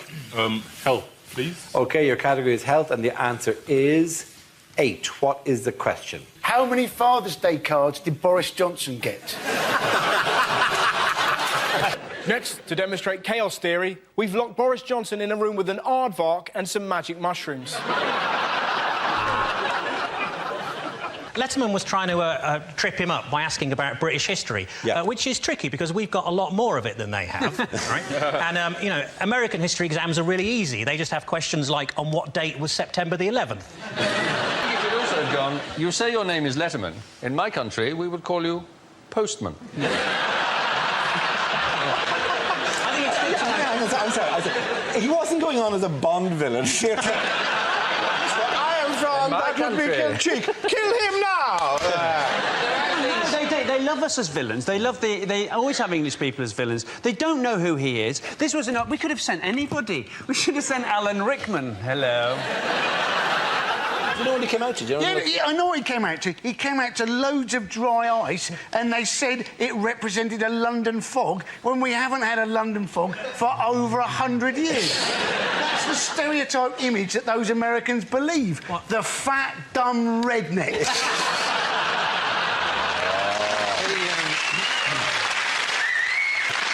The closest we've currently got to a London fog is Boris Johnson at the moment. Either that or Amy Childs from The Only Way Is Essex. What Boris Johnson did say was that he got it wrong deliberately because he didn't want to seem like he had Latin coming out of every orifice. Now, that sounds creepy, doesn't it? The thing about Boris Johnson, though, isn't it, is everybody thinks he's quintessentially English, but in fact he was born in America, named after a Russian, and looks like a Swedish person who's eaten another Swedish person. The answer is 600 metres. What is the question? How far away can Boris Johnson smell a custard cream? Is it in fact, how far can the Proclaimers walk now? Our next round is called Newsreel. We play on a recent piece of footage featuring people in the news and ask Hugh to suggest what might be being said. This week's clip features Boris Johnson and David Cameron. Ah, tally-ho, look out, posh boy coming through. I wonder if there's any grub. I'm absolutely starving. Now, remember why we're here, Boris? We're here to reassure the public about spending cuts, not just so you can eat. No, but look, there's cake. There's cake. There's loads of cake. I love cake. They've got all sorts of cake. They've got pink cake. They've got blue cake. What am I? Am I pink? Am I blue? Am I pink? I've never been pink. God, I sound like William Hague. Anyway, all the cake's on cameras. He's got loads of cash from the spending cuts. Actually, this is the last £10 left in Britain, so we'd best be careful with it. Well, I want a meringue. I love a meringue. I love all the cream in a meringue. Well, why don't you share mine? I mean, times are hard. Well, I could, I suppose, but I have a rule. I have a rule. I never share anything with another man, unless, of course, it's his wife. There we go. Now, careful, don't get any of the white stuff up there. No, that would be very bad. Anyway. So, do you have any change? We were hoping to save some for the poor people. It doesn't really matter, but if there is some left over... Have you? £3, lovely. That's absolutely perfect. God, there's a big crowd here. I wonder if I could do them for the congestion charge. They absolutely love me for the congestion charge. They love my blonde-haired buffoonery. They love me. They love me. Come on, Boris. Oh, yes, they love me. And they love me when I'm riding my bike. That's what they really love. Yes, oops. There we go. That's the Pakistani betting syndicate satisfied. Oh, look, lovely. Sticky fingers. Yes, I love a sticky finger. That's not the first. Oh, look, a genuine Cockney. Hello, how are you? Oh, Lauren Lummy, who shot Cock Robin, apples and pears. Down the old Tim Chimney and Mary Poppins, the Cray twins, innit? I'm sorry, I have no idea what you're talking about. Well done, you. Frankie delivers a speech in the guise of a leading figure on the world stage, while Hugh translates what they really mean. Frankie, this week, you are Leader of the Opposition, David Cameron, addressing the nation. Let me assure you, I understand the pain of the people of Tewkesbury. We're both up to our necks in shit. This summer, I have put the Tory party back where they belong.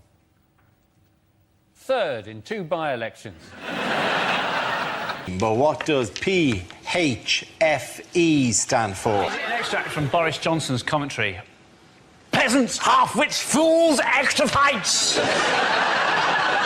I'm going to move towards the correct answer. Pregnant hooker frightens England.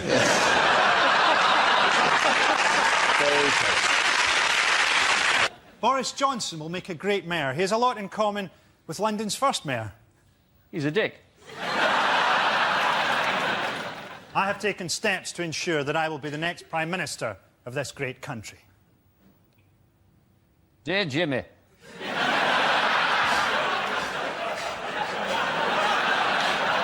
Could you fix it for me? Over here, Frankie! Exciting things to hear at a party conference. Yes, I'm a millionaire. Yes, I went to Eton. But I really feel I can relate to the rest of you scum.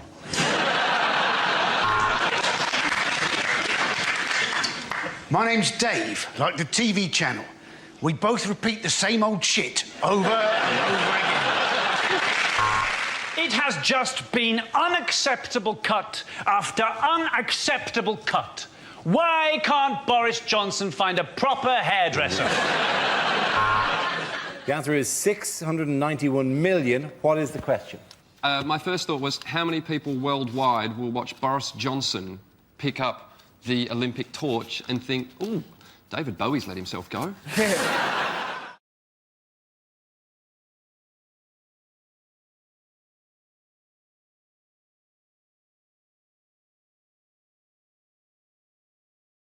Got a Rama Shoot Miles!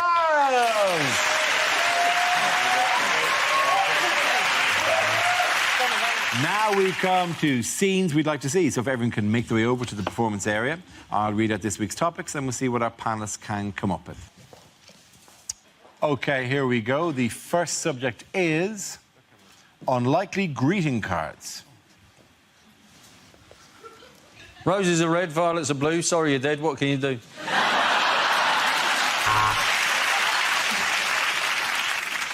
Sorry you're leaving, and sorry to break it to you in such a cowardly fashion.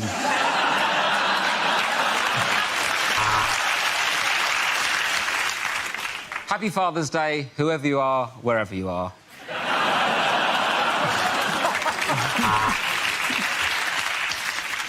Roses are red, violets are red, the greenhouse is red. I think I'm bleeding to death.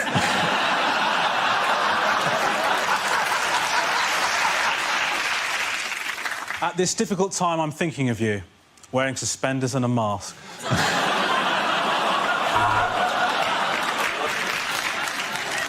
I saw this and thought of you.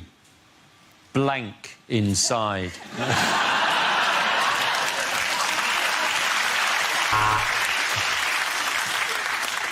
My feelings can't be put into words, although the judge did describe them as inappropriate.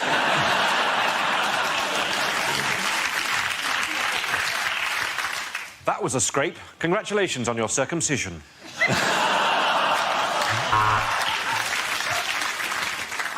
Congratulations, you did it. And we'll prove it. The Crown Prosecution Service.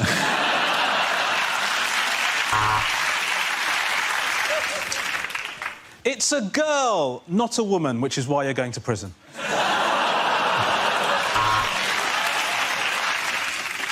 With deepest sympathies for the loss of your grandmother. / happy housewarming.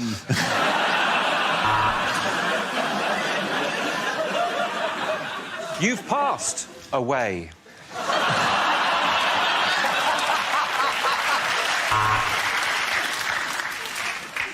21 years, and this time you'll probably die in prison.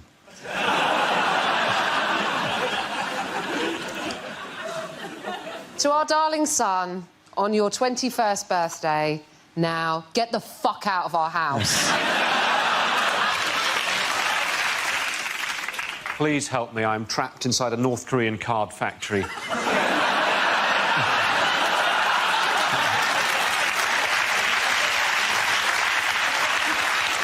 Also, Iron Man says happy 4th birthday.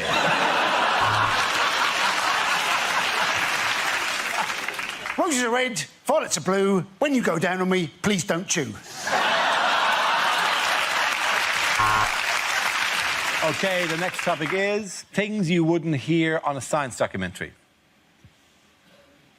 The dinosaurs were wiped out by a giant asteroid. Silly them for all standing in the same place.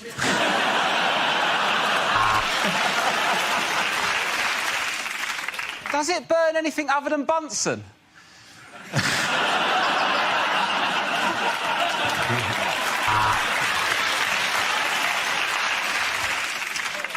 He named the star after himself, and now we find ourselves looking at Arthur Cockmonster III.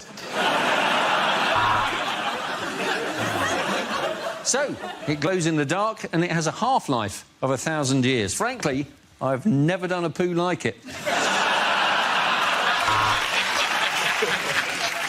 On today's show, we'll be talking about the Jurassic period, where only dinosaurs and Bruce Forsyth roam the earth. He's old, isn't he?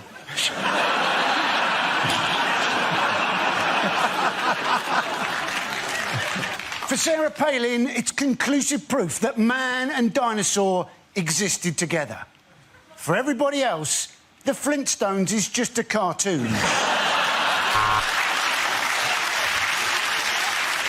Next, biology. Why is that gorilla so sexy?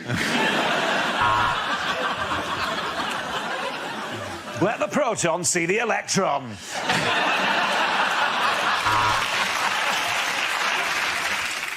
Scientists in Loughborough have found the formula to make the perfect cup of tea, which is quite controversial as the grant was for AIDS research.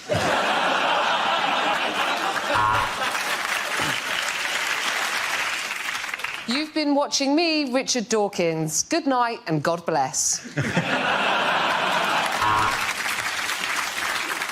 See, and the problem with cocaine is it's well Moorish.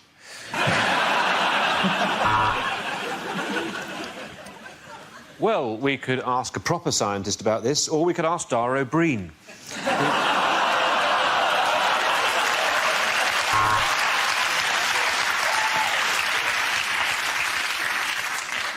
Hello, my name's Dara O'Brien. And to try and bring science to the masses, I'm going to appear in a programme with Stephen Hawking wearing a ridiculous hat.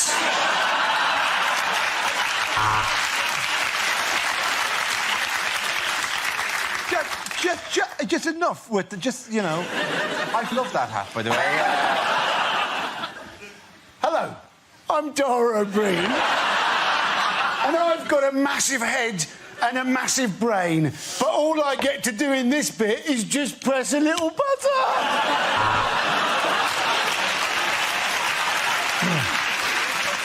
Mr. O'Brien, I award you a PhD. Phenomenal head, Dara.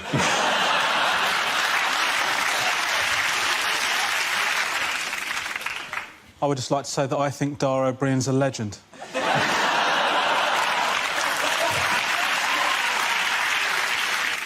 I work with Dara O'Brien. And today, my experiment is to turn this joke into a P45. OK, well done, in at that. Point's got a right at you and Miles.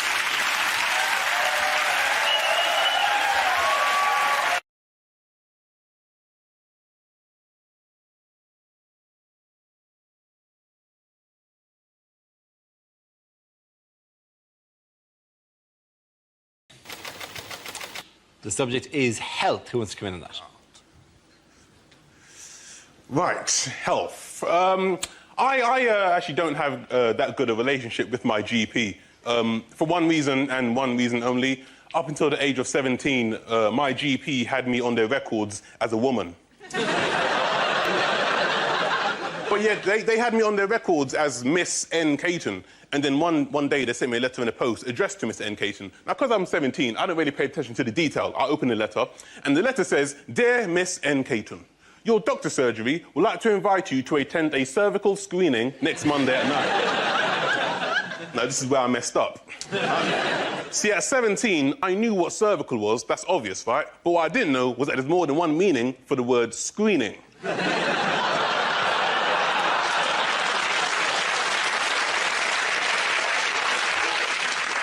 thought screening was like, you know, you're screening a film. So, when it said we would like to invite you to attend a cervical screening, in my ignorant, naive 17-year-old brain, I honestly thought I was being invited to watch a movie about women's genitalia. Right? Now, I'm 17, I'm horny, I'm a virgin. Am I gonna go? You're damn right I am. So next Monday morning, I go to my GP, I get to the reception, it's full of women, doesn't put me off. Right? Walk up to the receptionist, I go, hey, how you doing? I'm Nathan Caton, I'm here for the cervical screening. She looks up, sees me standing there with nachos, popcorn and pick and mix. Starts laughing in my face.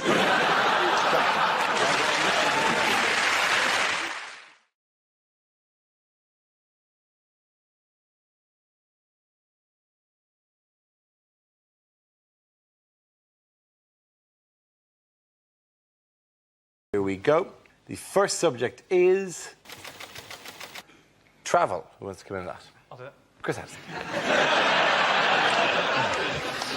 The most dangerous roads in the whole of the world are British motorways. That is my sincere belief. Not because of the speed, because you can't get up speed on the British motorway because you're stuck behind a dick in a caravan. Do you know, I found this out. 1 in 5 families in this country goes caravanning. Why? What makes a family who don't get on in a normal-sized house believe that squeezing themselves into a tin for a fortnight is going to improve matters? It's such a self-deluding activity, which for me is symbolised by that. You know that 5-foot-long wing mirror, the attachable wing mirror the dad puts on the car? Well, I have to see what's behind me. It's of paramount importance that at all moments I can see what is behind me. Oh, for goodness sake, just paste a picture of a traffic jam on there, because that's what's behind you. You don't need to look to see what's behind you. It's there because you are. So the government, they're boring, right? The motorways are boring, and the government puts up those signs to stop us falling asleep, saying, TARDIS can kill, take a break. But the thing is, we're not surprised by those signs anymore, so they don't really work. I think they have to keep changing them. I think they should change those signs to keep us on our toes. Change them to ones that say, Deja vu can kill, take a break. And then one exactly the same, half a mile. That's good.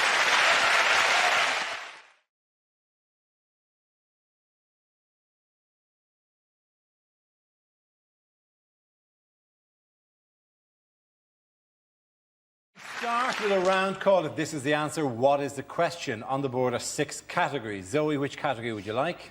Politics, please. OK, your category is politics. The answer is 50%. What is the question? What is the name of 50 Cent's mathematician brother? Is it what does Heather Mills save on IMAC? What is the most you'll have to pay for a sofa at DFS? What is a bad answer to the phrase, how much do you love me? Is it the percentage of Ant and Dec that is forehead? Is it you're a 19-year-old Glaswegian male, how much of your life is left? Is it if I entered an orgy covered in Marmite, what would be my success rate? But to be honest, yeah. I always find that when people say, oh, I'm a Marmite kind of person, people either love me or hate me. They're always people that everybody hates. Is it how much of Silvio Berlusconi is made of oil?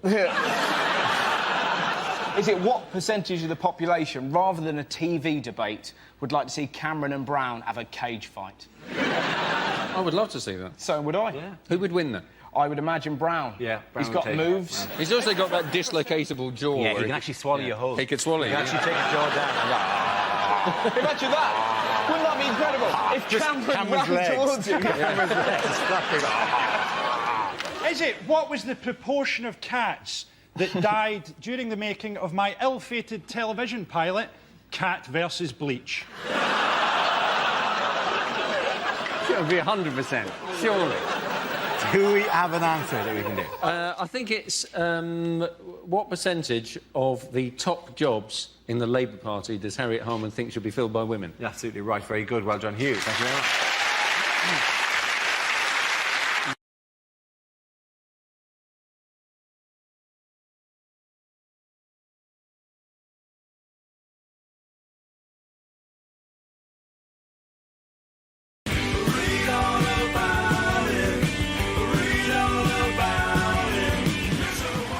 The first subject is interviews. Who wants to come in that? OK. Matt. Go for that. It's fascinating watching different politicians and how they deal with interviews. Ed Miliband, when he gets asked a question he doesn't like, will just have this amazing technique where he'll just ask himself a new question and answer that instead. And it really works. He got asked before the election by Nick Robinson. Mr Miliband, you've said you'll set a new mansion tax if you become Prime Minister, but you won't yet tell us at what rate you would set it. And Miliband just went, look, Nick, if you're asking me, have I got a plan for the housing market, then the answer's yes. It's amazing. Farage is one of the best ones at it, because no matter what you ask him, he'll get a political answer in somewhere. You could say, Nigel, what you had for breakfast, mate? And he'd go, tea, toast and the Telegraph, great British breakfast. He always manages to get his messages across. Boris Johnson is fascinating because he just loves avoiding questions, and he uses a twin-track approach of flattery and Latin. And this genuinely works. If he was here now, you could say, Boris, come on, just admit it. You want to be Prime Minister. And he'd go, oh, no, let me just say, great to be here amongst such great learned people on this crucible of culture. Reminds me very much of a phrase my father used to use, divitas, divitum, rectum. Well done, Matt. Very good. OK, so James is left. Let's see what he's been left with. Let's spin the wheel. And the topic is Britain. I wish I was Mexican.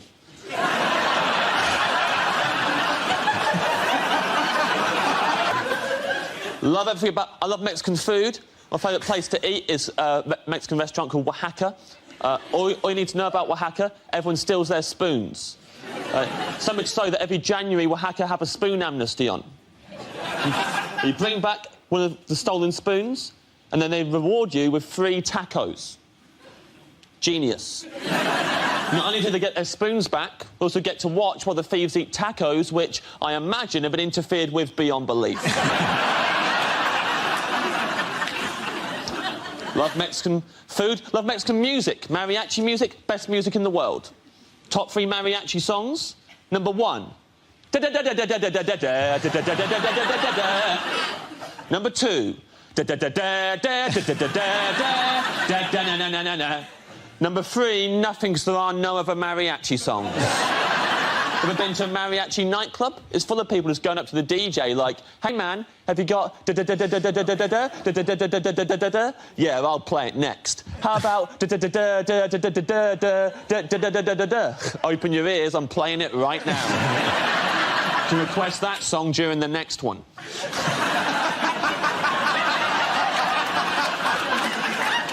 Growing up in school, I was the only kid in my whole school who liked mariachi music. It was a nightmare. I couldn't walk down the corridor without some knob knocking my sombrero off my head. Step on the back of my poncho on the way in a maths class. Once, a kid wrote Chimichanga Bumboy across my forehead while I was having my post-lunch siesta. He also drew a moustache on my face, but to be fair, that played into my hands. Bravo, very good.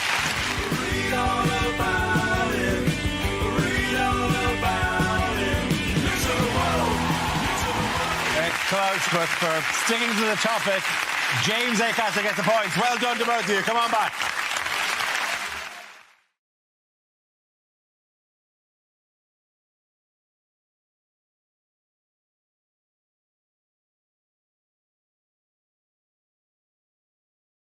Now, we play a round called Mock Out with your Cock Out. This game involves Ellis and Gary, so if you could make your way to the performance area, please. This round is a stand-up challenge. I launch the wheel of news, and whoever chooses to stop, one of our performers must step forward and talk about that subject. OK, here we go. Let's spin the wheel.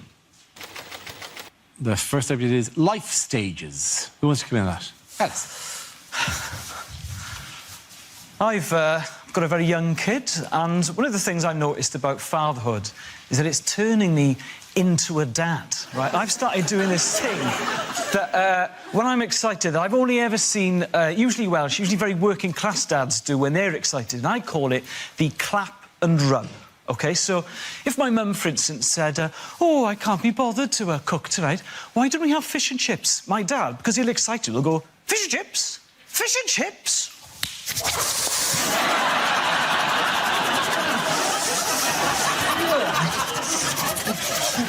And I have started doing that now. But when I'm doing it, I'm like, what the hell is going on? Right? Why am I clapping and rubbing my hands? But it's an amazing thing, the clap and rub, because it's so versatile. You can use it to display excitement about anything. So you're like, oh, I'm going out for a drink with my friend Dennis. Oh, the inquiry found me not guilty. Another thing with having a baby is I think it brought on a midlife crisis. One of the first things I did when she was born was I joined a boxing club, like a proper spit and sawdust South London boxing club. I don't want anyone to be frightened at home because I'm not hard bloke, because at my level, boxing is almost exclusively skipping. I am absolutely incredible at skipping now, but I don't know how this is going to help me in a one-on-one combat situation. I'm so be walking down to Mali way late at night and a bloke will be like, oi, give me your phone and your wallet. I'm like, what, are you mugging me? Yeah, I'm mugging you. Yeah, you mugging me? Yeah, I'm mugging you. Yeah, yeah, yeah. Well, try it. Thank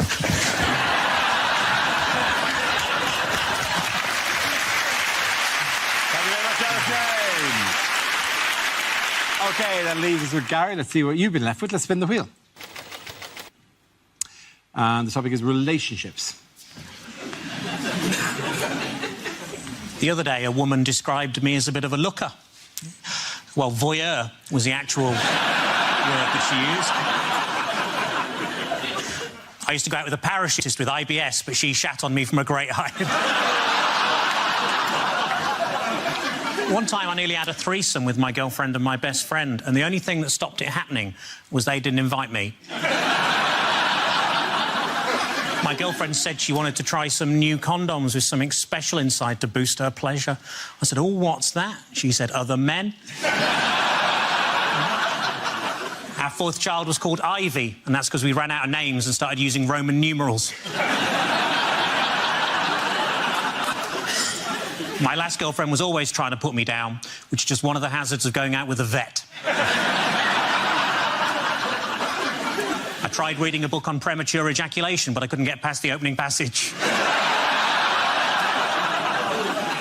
This Christmas, I'm taking the whole family to Lapland, which is great, because normally those clubs don't let kids in. I always worry when a woman sees me naked for the first time that she's just going to scream and run out of the park.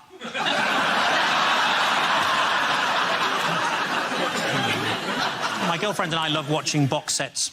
We got 3 episodes into Orange is the New Black before finding out it wasn't about what would happen if Trump replaced Obama. Thank you very much. Well done. Point in that round. Gonna go to lady. Come back.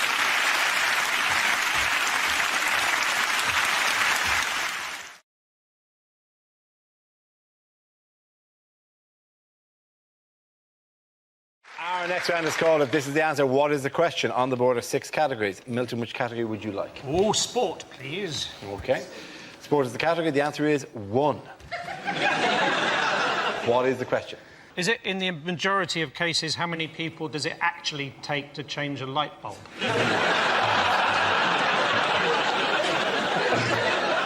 Is it what would I give Keira Knightley?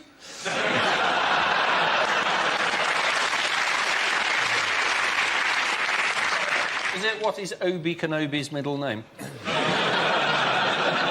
Is it if you asked one of the cast members of Geordie Shore to count to 10, at what point their head would explode? Is it how many hairs does Wayne Rooney have left on his arse? Is it the average number of times a bag for life is used? Is it how many lives did my cat actually have?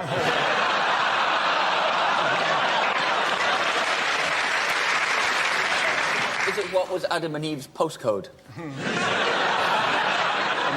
Is it the number of Father's Day cards that Prince Charles normally gets?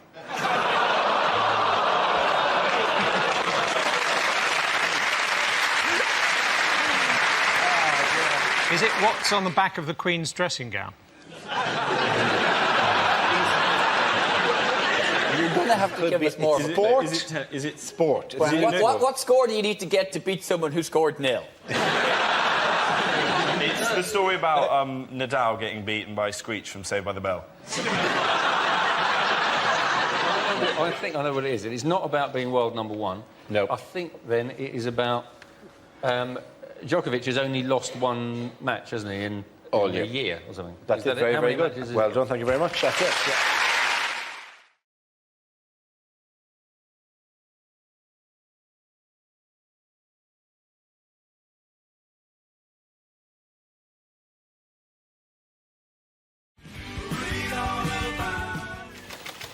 Subject is hospitals. Who wants to come in? Miles. Hospitals. I can understand why some people think that they're a good idea. I really dislike them. I think hospitals are terrifying places to be. I've had several general anaesthetics over the last year. I'm terrified of all of these things. I think hospitals, they are basically they are grey buildings full of people who are dead, about to be, overworked, stressed out, or asking for change for the car parking facilities. That's all they... I can't understand, therefore, why...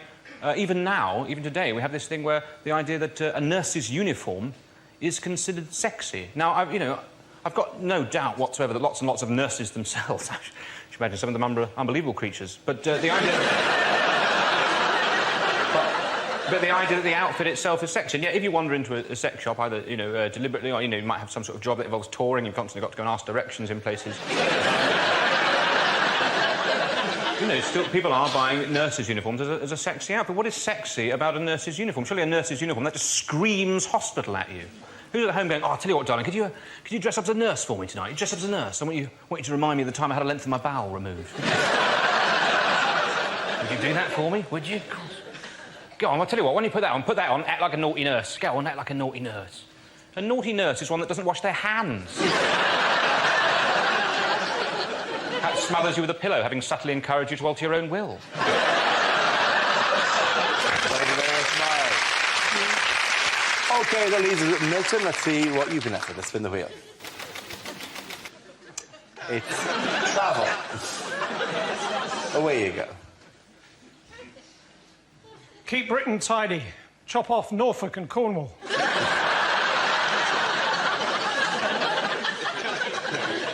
People from New Zealand don't like being called Australian, do they? Oh, no.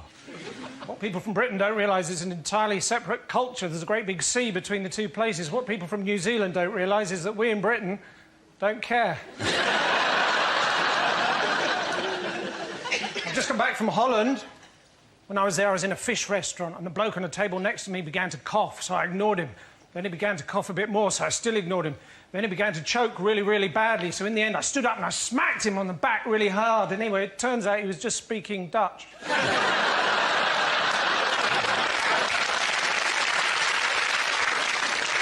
That works with Welsh as well.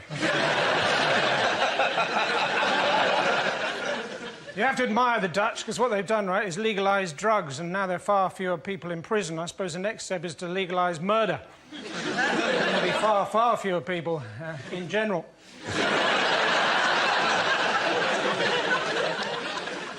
Sometimes, though, it's difficult to know if you remember something or you remember the photograph of something. I think my earliest memory is of being in America, standing over an air vent and my skirt billowing up. That's not a very technical direction here. Points there to Midland Jones. Come on back.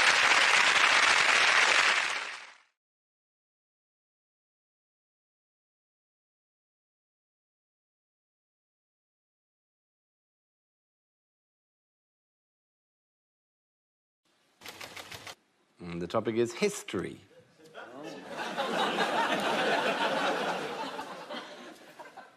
Some things in history are good, some things are bad, some things are good, and then they get bad. Like my great-great-great-uncle was bored in the trenches during the war, so he invented the high-vis jacket.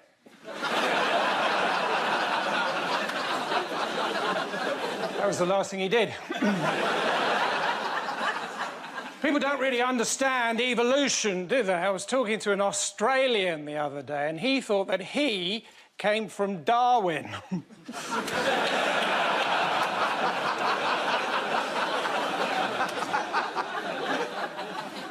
Recently, I wrote a book called All the Things I've Ever Done in My Entire Life, and I don't want to spoil it, but in the end, I write a book.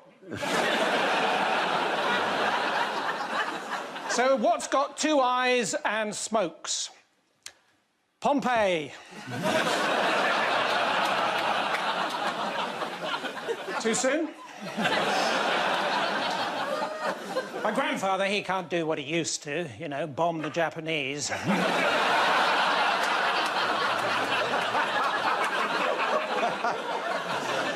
And it turns out you can't actually keep an artefact that you find with a metal detector if it's already in the British Museum. Thank you very much. Doing that round. The point going to Gabor.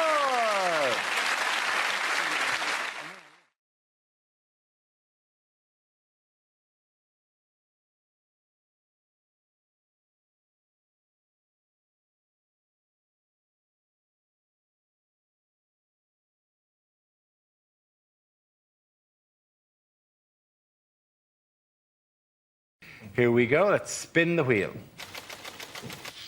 First topic is parenting. Who wants to come in on that? Andy Parsons. Getting quick. You may have seen that there was a woman gave birth recently who was 72 years old. That's not right, is it? You don't want to be a kid struggling to walk to find out your mum's in exactly the same state. But in this country, it's been more, isn't it? The young people who've been giving birth. Alfie Patton, supposedly a dad at 13 years old. And then they were saying, oh, no, he's not the dad, some people. I don't know what's going to happen to Alfie now. Maybe he's going to have to join Fathers for Justice. Hey, he's probably got a superhero costume, hasn't he? Thank you very much, Andy. OK, let's spin the wheel again. OK, the topic is human behaviour. Some things you can't help doing. Do you find this? Like, if you get a cold can of Diet Coke, it's not enough for you to go, that is freezing. You have to find somebody you love and put it on their face. You can't... You don't do that with any other food. This soup's boiling in your eyes! But for some reason, you become a fizzy torture. All right, Mum, Fanta, to the knee! We're all fairly peculiar. Sometimes you think weird thoughts. I was in Tesco the other day. I was offered a bag for life, and I found myself going, I can't commit to that. You know? I don't know what bags are going to be like in the future. I feel like a tool if I got a plastic one in 2024. People go, I've got a new bag, it packs itself and speaks Spanish. Piece of shit.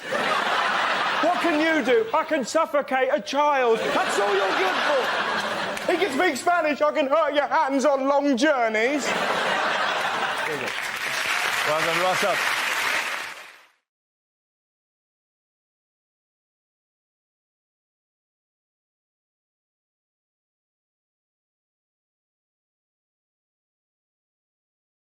Unlikely things to hear on Doctor Who. When I was giving you a quote as your cleaner, Doctor, I was giving you a quote from the outside.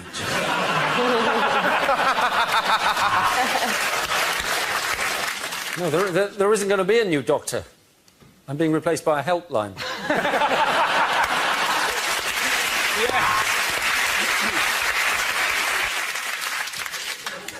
That is the last time we park the TARDIS outside the Portaloos at Glastonbury.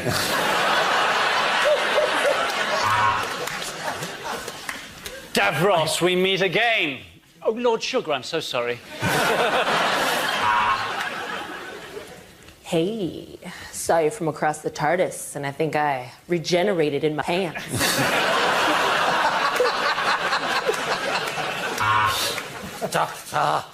Doctor, you must help me.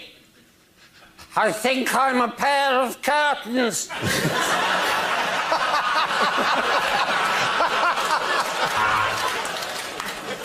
Tragic news about the Ood. There's been a terrible flood. They tried to escape into the wood, but it didn't do any good, and now they're all dooed.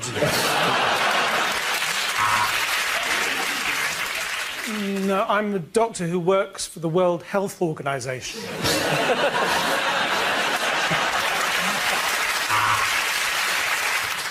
Yes, I mainly hang around young women. Yes, I was on television in the 1970s. Where are you going with this? You've got to believe me, Clara. This is our best chance. Now, unzip my flies and I'll explain later. Let's go forward in time by an hour. Then we get a quid off the pizza.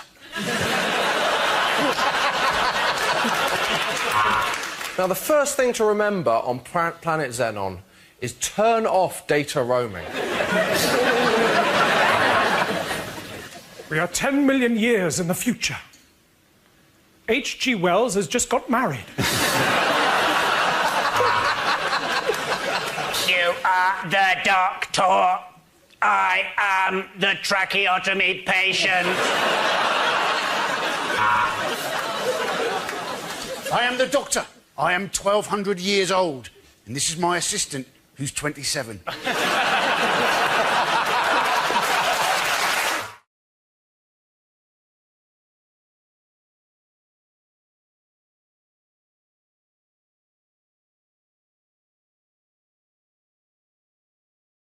Our next round is called Picture of the Week. I show the panel a topical image and ask them to tell me what's happening. So, what's going on here? Do you know that thing when a dog's eaten a bee?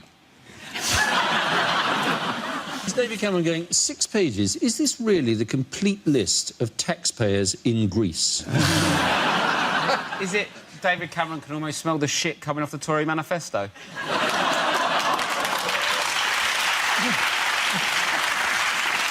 I only got a bit political, didn't I? Is he looking at the tea menu and he's saying, I'll have the millionaire's shortbread, or as I call it, shortbread? Is it Cameron upset to see no Dizzy Rascal on the karaoke songbook? He does a very good bonkers, actually. He does a very good bonkers. Is it Cameron orders Eton mess for dessert and for the country? Yeah, you're right. Sorry, has Rob Beckett had a head transplant? I've got a tiny dick now, but I love politics. Have you got a third joke that you're going to do about... Go on. Cameron preparing to sell NHS at auction.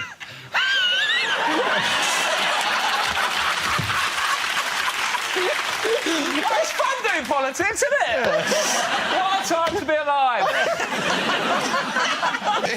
Is that Cameron checking the TV listings going, Rob Beckett's on Mock the Week, that's the end of me, then?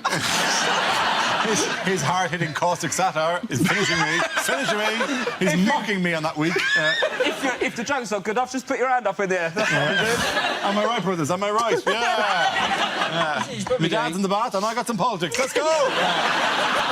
Is it Cameron reading a note that just says, David, this is the only way I could speak to you. I haven't heard from you since May the 7th. Call me, Nick, XOXO.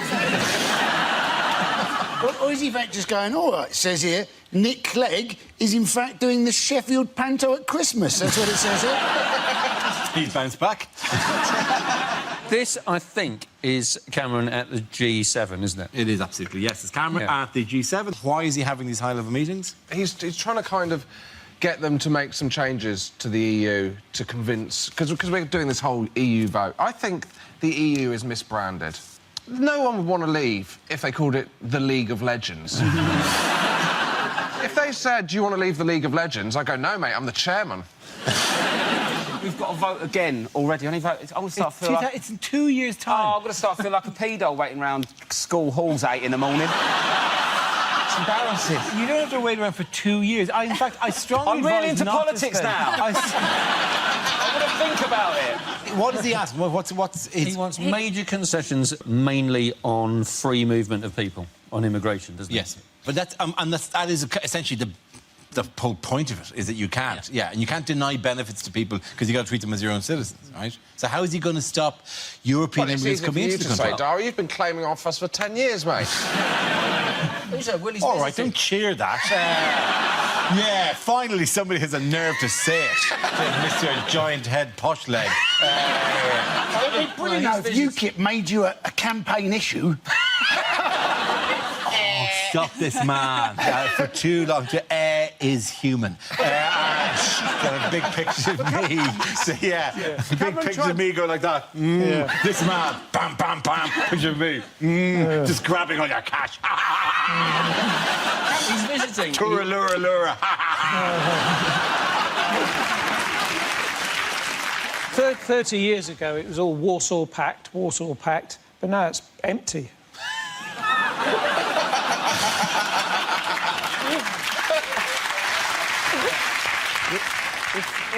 If we leave Europe, we'll have to pay more for Kinder Eggs. Because they're going up as it is. Yeah, I know. Like 70p. No, you know, if we leave Europe, we'll get the Kinder Egg and we'll open up and there'll be no toy. Oh, my God. I did not expect that to have quite the effect it had, right? Wow, somebody just cancelled Christmas for the Well, what we could do is deliver France an ultimatum saying that if we don't get our way, we'll call Greg's a patisserie.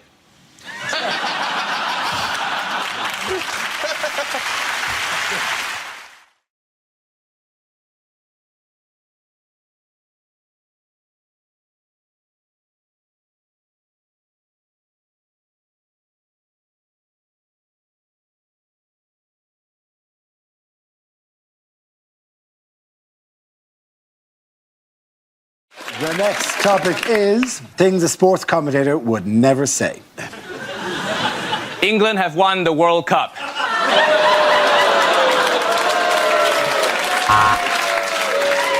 And that was 11.3 seconds. Sorry, Michael, you will not be getting a second date. Ronaldo there being booked by the referee for taking his shirt off. He should know the rules by now. You are not allowed to take the referee's shirt off. Well, in this Grand National, as they come round to the chair for the second time, the music stops. Red rum is eliminated. And you join us now for the diving. Here we go. Oh, that wasn't very impressive. Oh, no, sorry. Oh, no, you join us here for the swimming. Right.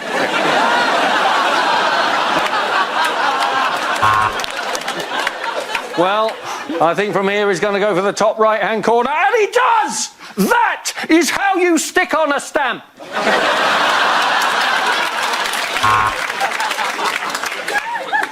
Judges there, all very impressed. A textbook reverse tuck. You're watching RuPaul's Drag Race. Is that Maria Sharapova or Mock the Week's Olga Koch? Yeah.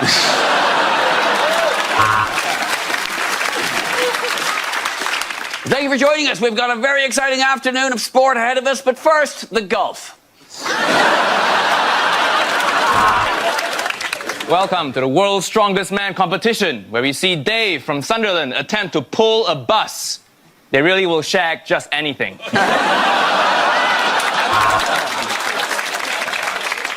And now time for the gay horses. I mean, dressage. And he has rested the ball there perfectly on the cushion. This really is a lovely new saddle they've made for Lance Armstrong. Well, at the start of the day, I asked if he'd got the bottle. Now he has proved he has got the bottle. That is my bottle. Give me my bottle. Will it be gold? Will it be silver? Will it be bronze? Who knows what colour the Russians' urine test will be? Oh, and here they come, running onto the field, completely naked, wearing nothing but shoes. This is an absolute... Sorry? I'm being informed that horses always look like that. This is my first time doing the Grand National. At the end of that round, the points go to Olga Huon-Reis.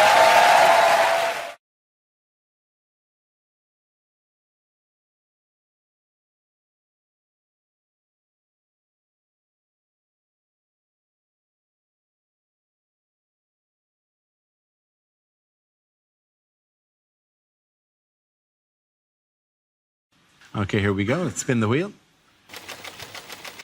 And the first subject is health. Ed Campbell. So, in the last 3 years, I've lost 6 stone in weight. Cheers. No, too late. A lot of audiences like to clap, they like to whoop, they like to cheer. You guys just went with staring, and that is absolutely fine. That's all right, that's fine. I think I might have made a mistake as well, because I'm not as happy now. I thought health would equal happiness. Turns out the happiest moments of my life were just me, sat on the sofa, in my pants, laughing through a mouthful of cake. I'm a more worried person now. I think, am I eating the right thing? Am I exercising enough? I went for a run the other day. I accidentally swallowed a fly. I had to Google how many calories is a fly. 6 per serving, if you're wondering. Weirdly now, I feel like an undercover fat person who's been secretly sent into the lair of the thin people to gather information on what those crazy villains are doing. And then I feed it back to the fat people. You got to feed it back. We eat anything. So I'm in there just going, what are these thin people up to? What's going on? Oh, interesting. That guy's got a packed lunch, but he's actually eating it at lunchtime. Well, I have never seen that before. He's not just made it in the morning and then eaten it on the bus on the way to work. And then bought chips at 1. That is intriguing resolve. Ah, they're using phrases I've never heard before. Things that only thin people say. I think I've got some biscuits. I'll just go and check. Who's living their life like that? Who buys biscuits and then forgets that they exist? That is unacceptable. I'm so deep undercover, I've met the bosses of the thin mafia. People who don't even like food that much. You go, oh, no, I'm not really a food person, you know. No, it's not. It's more of a fuel, isn't it? It helps me get through the day. If you don't like food, then what are you thinking about all of the time? Thank you very much, Dan Bob. First topic is health. I had to have my penis looked at. By a doctor. I didn't just wake up one morning and go, oh, more people should be looking at this, quite frankly. I used to spend an hour a day at my bedroom window with it pressed up against the glass. It was a scary experience having to go to the doctors. I thought I should build up the courage to get down there and have it looked at. Well, I went in there, my courage flew out the window like a little bird. Because as soon as I went in there, I found out that the doctor who I had an appointment with was a lady doctor. Now, I obviously don't have a problem with ladies being doctors. In fact, give them the vote, that's what I say. But there is a worry if there's a lady poking around down there. In that context, what if your nethers decide, ooh, think it's time to go to work? Luckily, then, I remembered I'm not an Alsatian whose lipstick pops out at the slightest whiff of an undercarriage. I needn't have worried because she was a good doctor, she was a great doctor. She put me at ease straight away using one word. This is what she said. She said, OK, Mr Gamble, just go behind that curtain there and pop it out for me. There's the word pop. Now, pop is a lovely word. As soon as I heard that word, I knew everything was going to be fine because she was not expecting anything big in that area at all. Because the word pop is reserved for very small things. No one has ever said, come in, help me, pop the elephant in the van, have they? So I was relaxed. Better than me going in there and her saying, OK, just heave yourself out your trousers for me. Just haul yourself out the front of your trews. Just swing yourself over in my direction. Maybe I can bring out this Shire horse and he can drag your junk over towards my workstation. Or open this corner cupboard and bring out a team of pantomime dwarves who can shoulder your meat and waddle it over towards me, like pallbearers at a weird circus cock funeral. Thank you. Good job. And the first topic is relationships. Ed. So I've just moved in with my girlfriend. Thanks. Yeah, thanks. Cheers, thanks for the support, Mum. That's good of you. It's good, it's exciting. The first time I've lived with a girl. Obviously, we're finding out a lot more about each other that we didn't know before. What I found out about her is she's kinder, funnier, more sensitive than I ever realised. What we've both found out about me is I am a terrible, terrible prick and so difficult to live with. Because it turns out I am a tidy person. I didn't realise. I thought I was normal. But apparently it is not normal to have a favourite J-cloth. She is a messy, messy lady. She is unbelievable. She's laid back, no worries. She says that a lot. No, who has no worries? Are you dead? Are you a robot? What's wrong with you? You should wake up, worry, go to bed. That is a full day as far as I'm concerned. She genuinely said this out loud the other day. Hakuna Matata. And I'm I'm starting to think the actual Swahili translation of that is doesn't hoover. Because there is underwear everywhere. This is an odd side effect of living with a girl that I did not fully anticipate. I no longer find women's underwear sexually titillating in any way whatsoever. Because I used to be able to just see underwear and that was enough to get me excited. Didn't have to be a woman in it. Just be a bra on the floor and I'd go, ooh, boobs were there. That's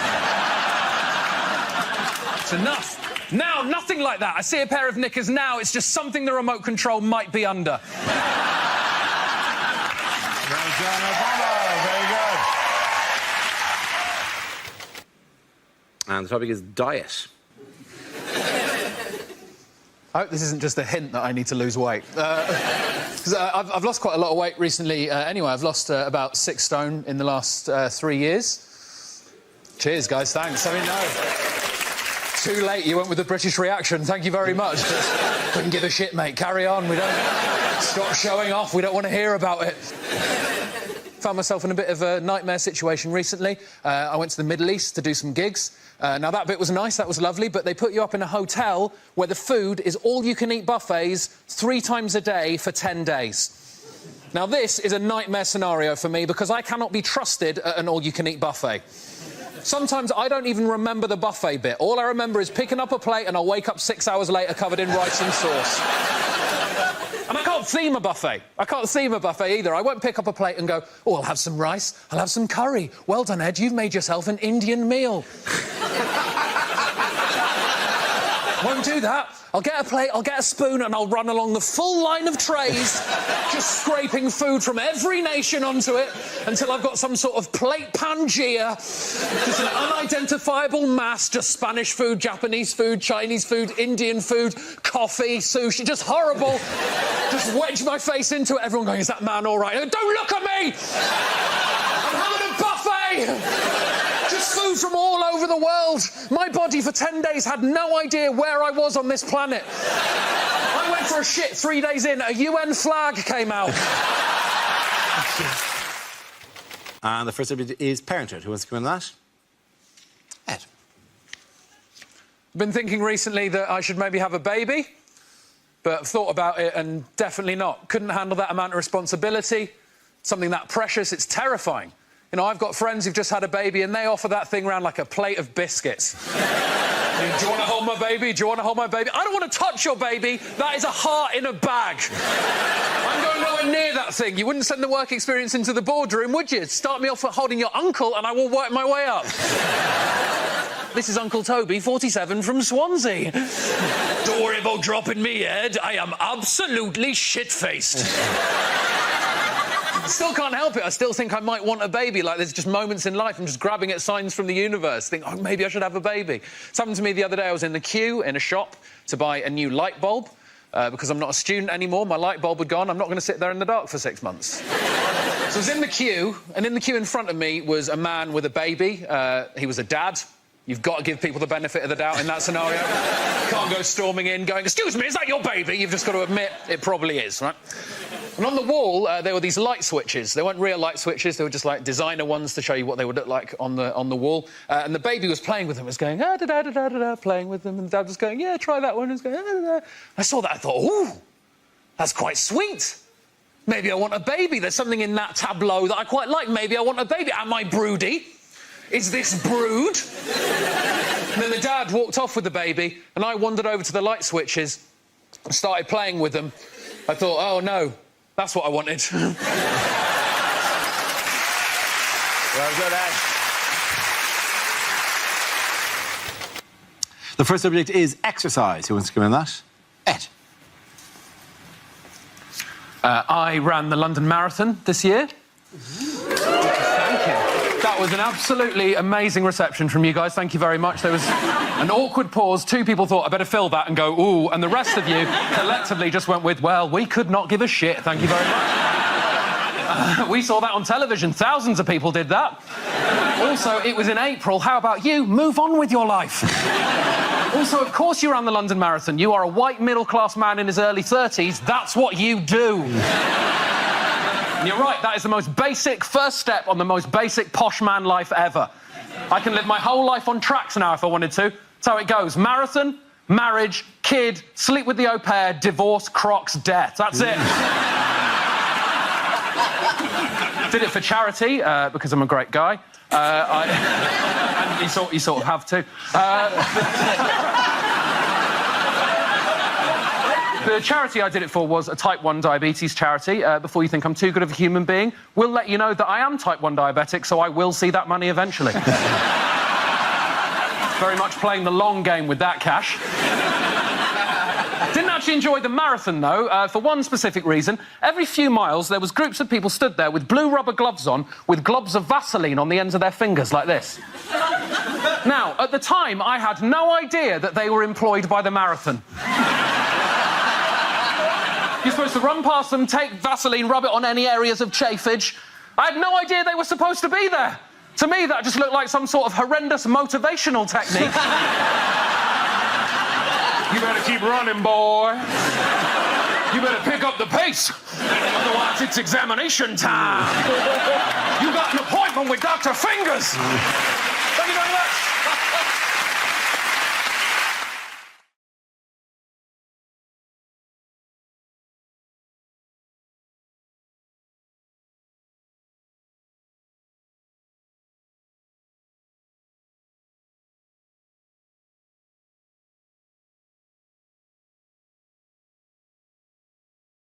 Our next round is called If This Is the Answer, What is the Question? On the board are 6 categories. Olga, which category would you like? Politics. OK, politics it is. The answer is 29. What is the question? How many Tories joined the leadership contest since the beginning of this recording? Is it how many years has Theresa May aged in the last year? Is it how many seconds Ed took to choose that shirt? I'm sorry, I'm getting fashion tips from a man who has a shop at Big and Tall and someone from Victorian times. Do me. You don't want me to go there, Glenn. I just thought I was having a bit of laddie bounce. This is what people do all the time on these sorts of shows. And then it's always about the banter. And then I throw it back at you. That's how laddie bounce works. Do I have to throw it back again? No, it's fine, please. You repeated use of the word laddie band sounds like a Scottish singer from the 60s. Oh, I would definitely have the recording. Living in Hogmanay, the musical stylings of laddie bands. Oh, Glasgow, I love you. Is it the number of seconds it takes Dara to go through hair and makeup before the show?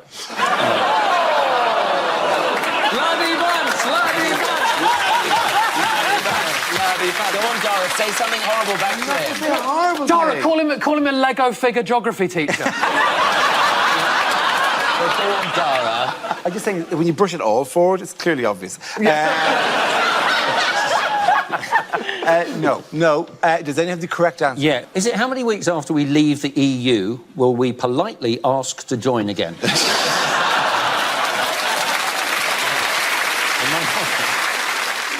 Is it how many boobs my brother brags to have touched? I mean, you really... How many boobs have my brother bragged to? You've really beat yourself up. It's just funny because it's not a number, so he only touched one. Yeah. Is it... 14 pairs and then the rogue one. These are the boobs I love! I literally know the least about boobs on this whole panel. Do your mime again. Boobs I love. Is that laddie bounce? I think that's more what I do when I do a safety chop, actually. You chop an onion with that. Where's the knife? Where's the knife? knife? The knife is imaginary in my hand. No, I know. Like the boobs were previously. Honestly, it was so good I saw the boob. And so when you safety hold the boob, does that mean that you can then put your other hand in without danger? Yourself? I was talking about chopping onions. I thought it was a stance with an onion stance. Yes, rather than touching boobs, both of which do make me cry. Is it how many? Are we doing it now? Yeah, we are. I think we've had our fun.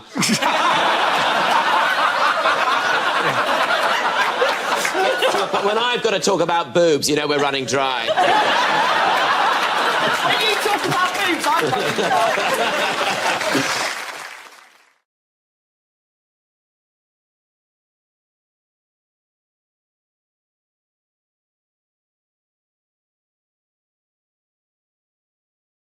next round is called Newsreel. We play in a recent piece of footage featuring people in the news and ask you to suggest what might be being said. This week's clip features the Prince of Wales. Good God, it's Margaret Beckett, isn't it? From the First Labour government. Do you know, I'm beginning to wonder how recent this footage actually is. Only a train in a box. That's odd. Mummy normally gives me a Twix and a lump of organic cheese. Still, never mind. Stick that on eBay. So this will be your driver, Dave. Hello, Dave. I love you. So you drive this, do you? Yes, I bet you've got a tale or two to tell. Yeah, well, actually, it has been hairy a couple of times. I bet it has. Yes. Do you know, I quite fancy doing your job. Yes, and I quite fancy doing your job. That's not going to fucking happen, is it? Can I have a go? No, I'm afraid it's against regulations. Is it? Is it? Now, Dave, think very carefully. Yes, I think that's the right answer. Nobody wants to be force-fed organic biscuits. Anyway, let's have some fun. This is an impression. This is the British economy. It's going backwards. Yes, I'm here all week. Don't worry, I understand about trains. Now, tell me, Dave, can this go sideways? Backwards and forwards. It's backwards and forwards. Why don't you just concentrate on driving the train? So just push the lever forward if you could. It's a lever, is it? I thought it was an enormous licorice allsort. What do? Just push it forward, do I? Oh, yes, look, we're going. Well, this is a piece of piste. I'm stealing a living. Yes. Oh, wait a minute. Hang on, my arm's stuck. I think, hang on, Dave, my arm's locked. David, my arm. Dave, my arm, I can't stop. My arm's locked. His arm's locked. My arm's locked. I can't. Oh, my God, where are the brakes? Where's the brakes? They're out of control. I can't stop it. Got you there, didn't I, Dave? Well done, you did it.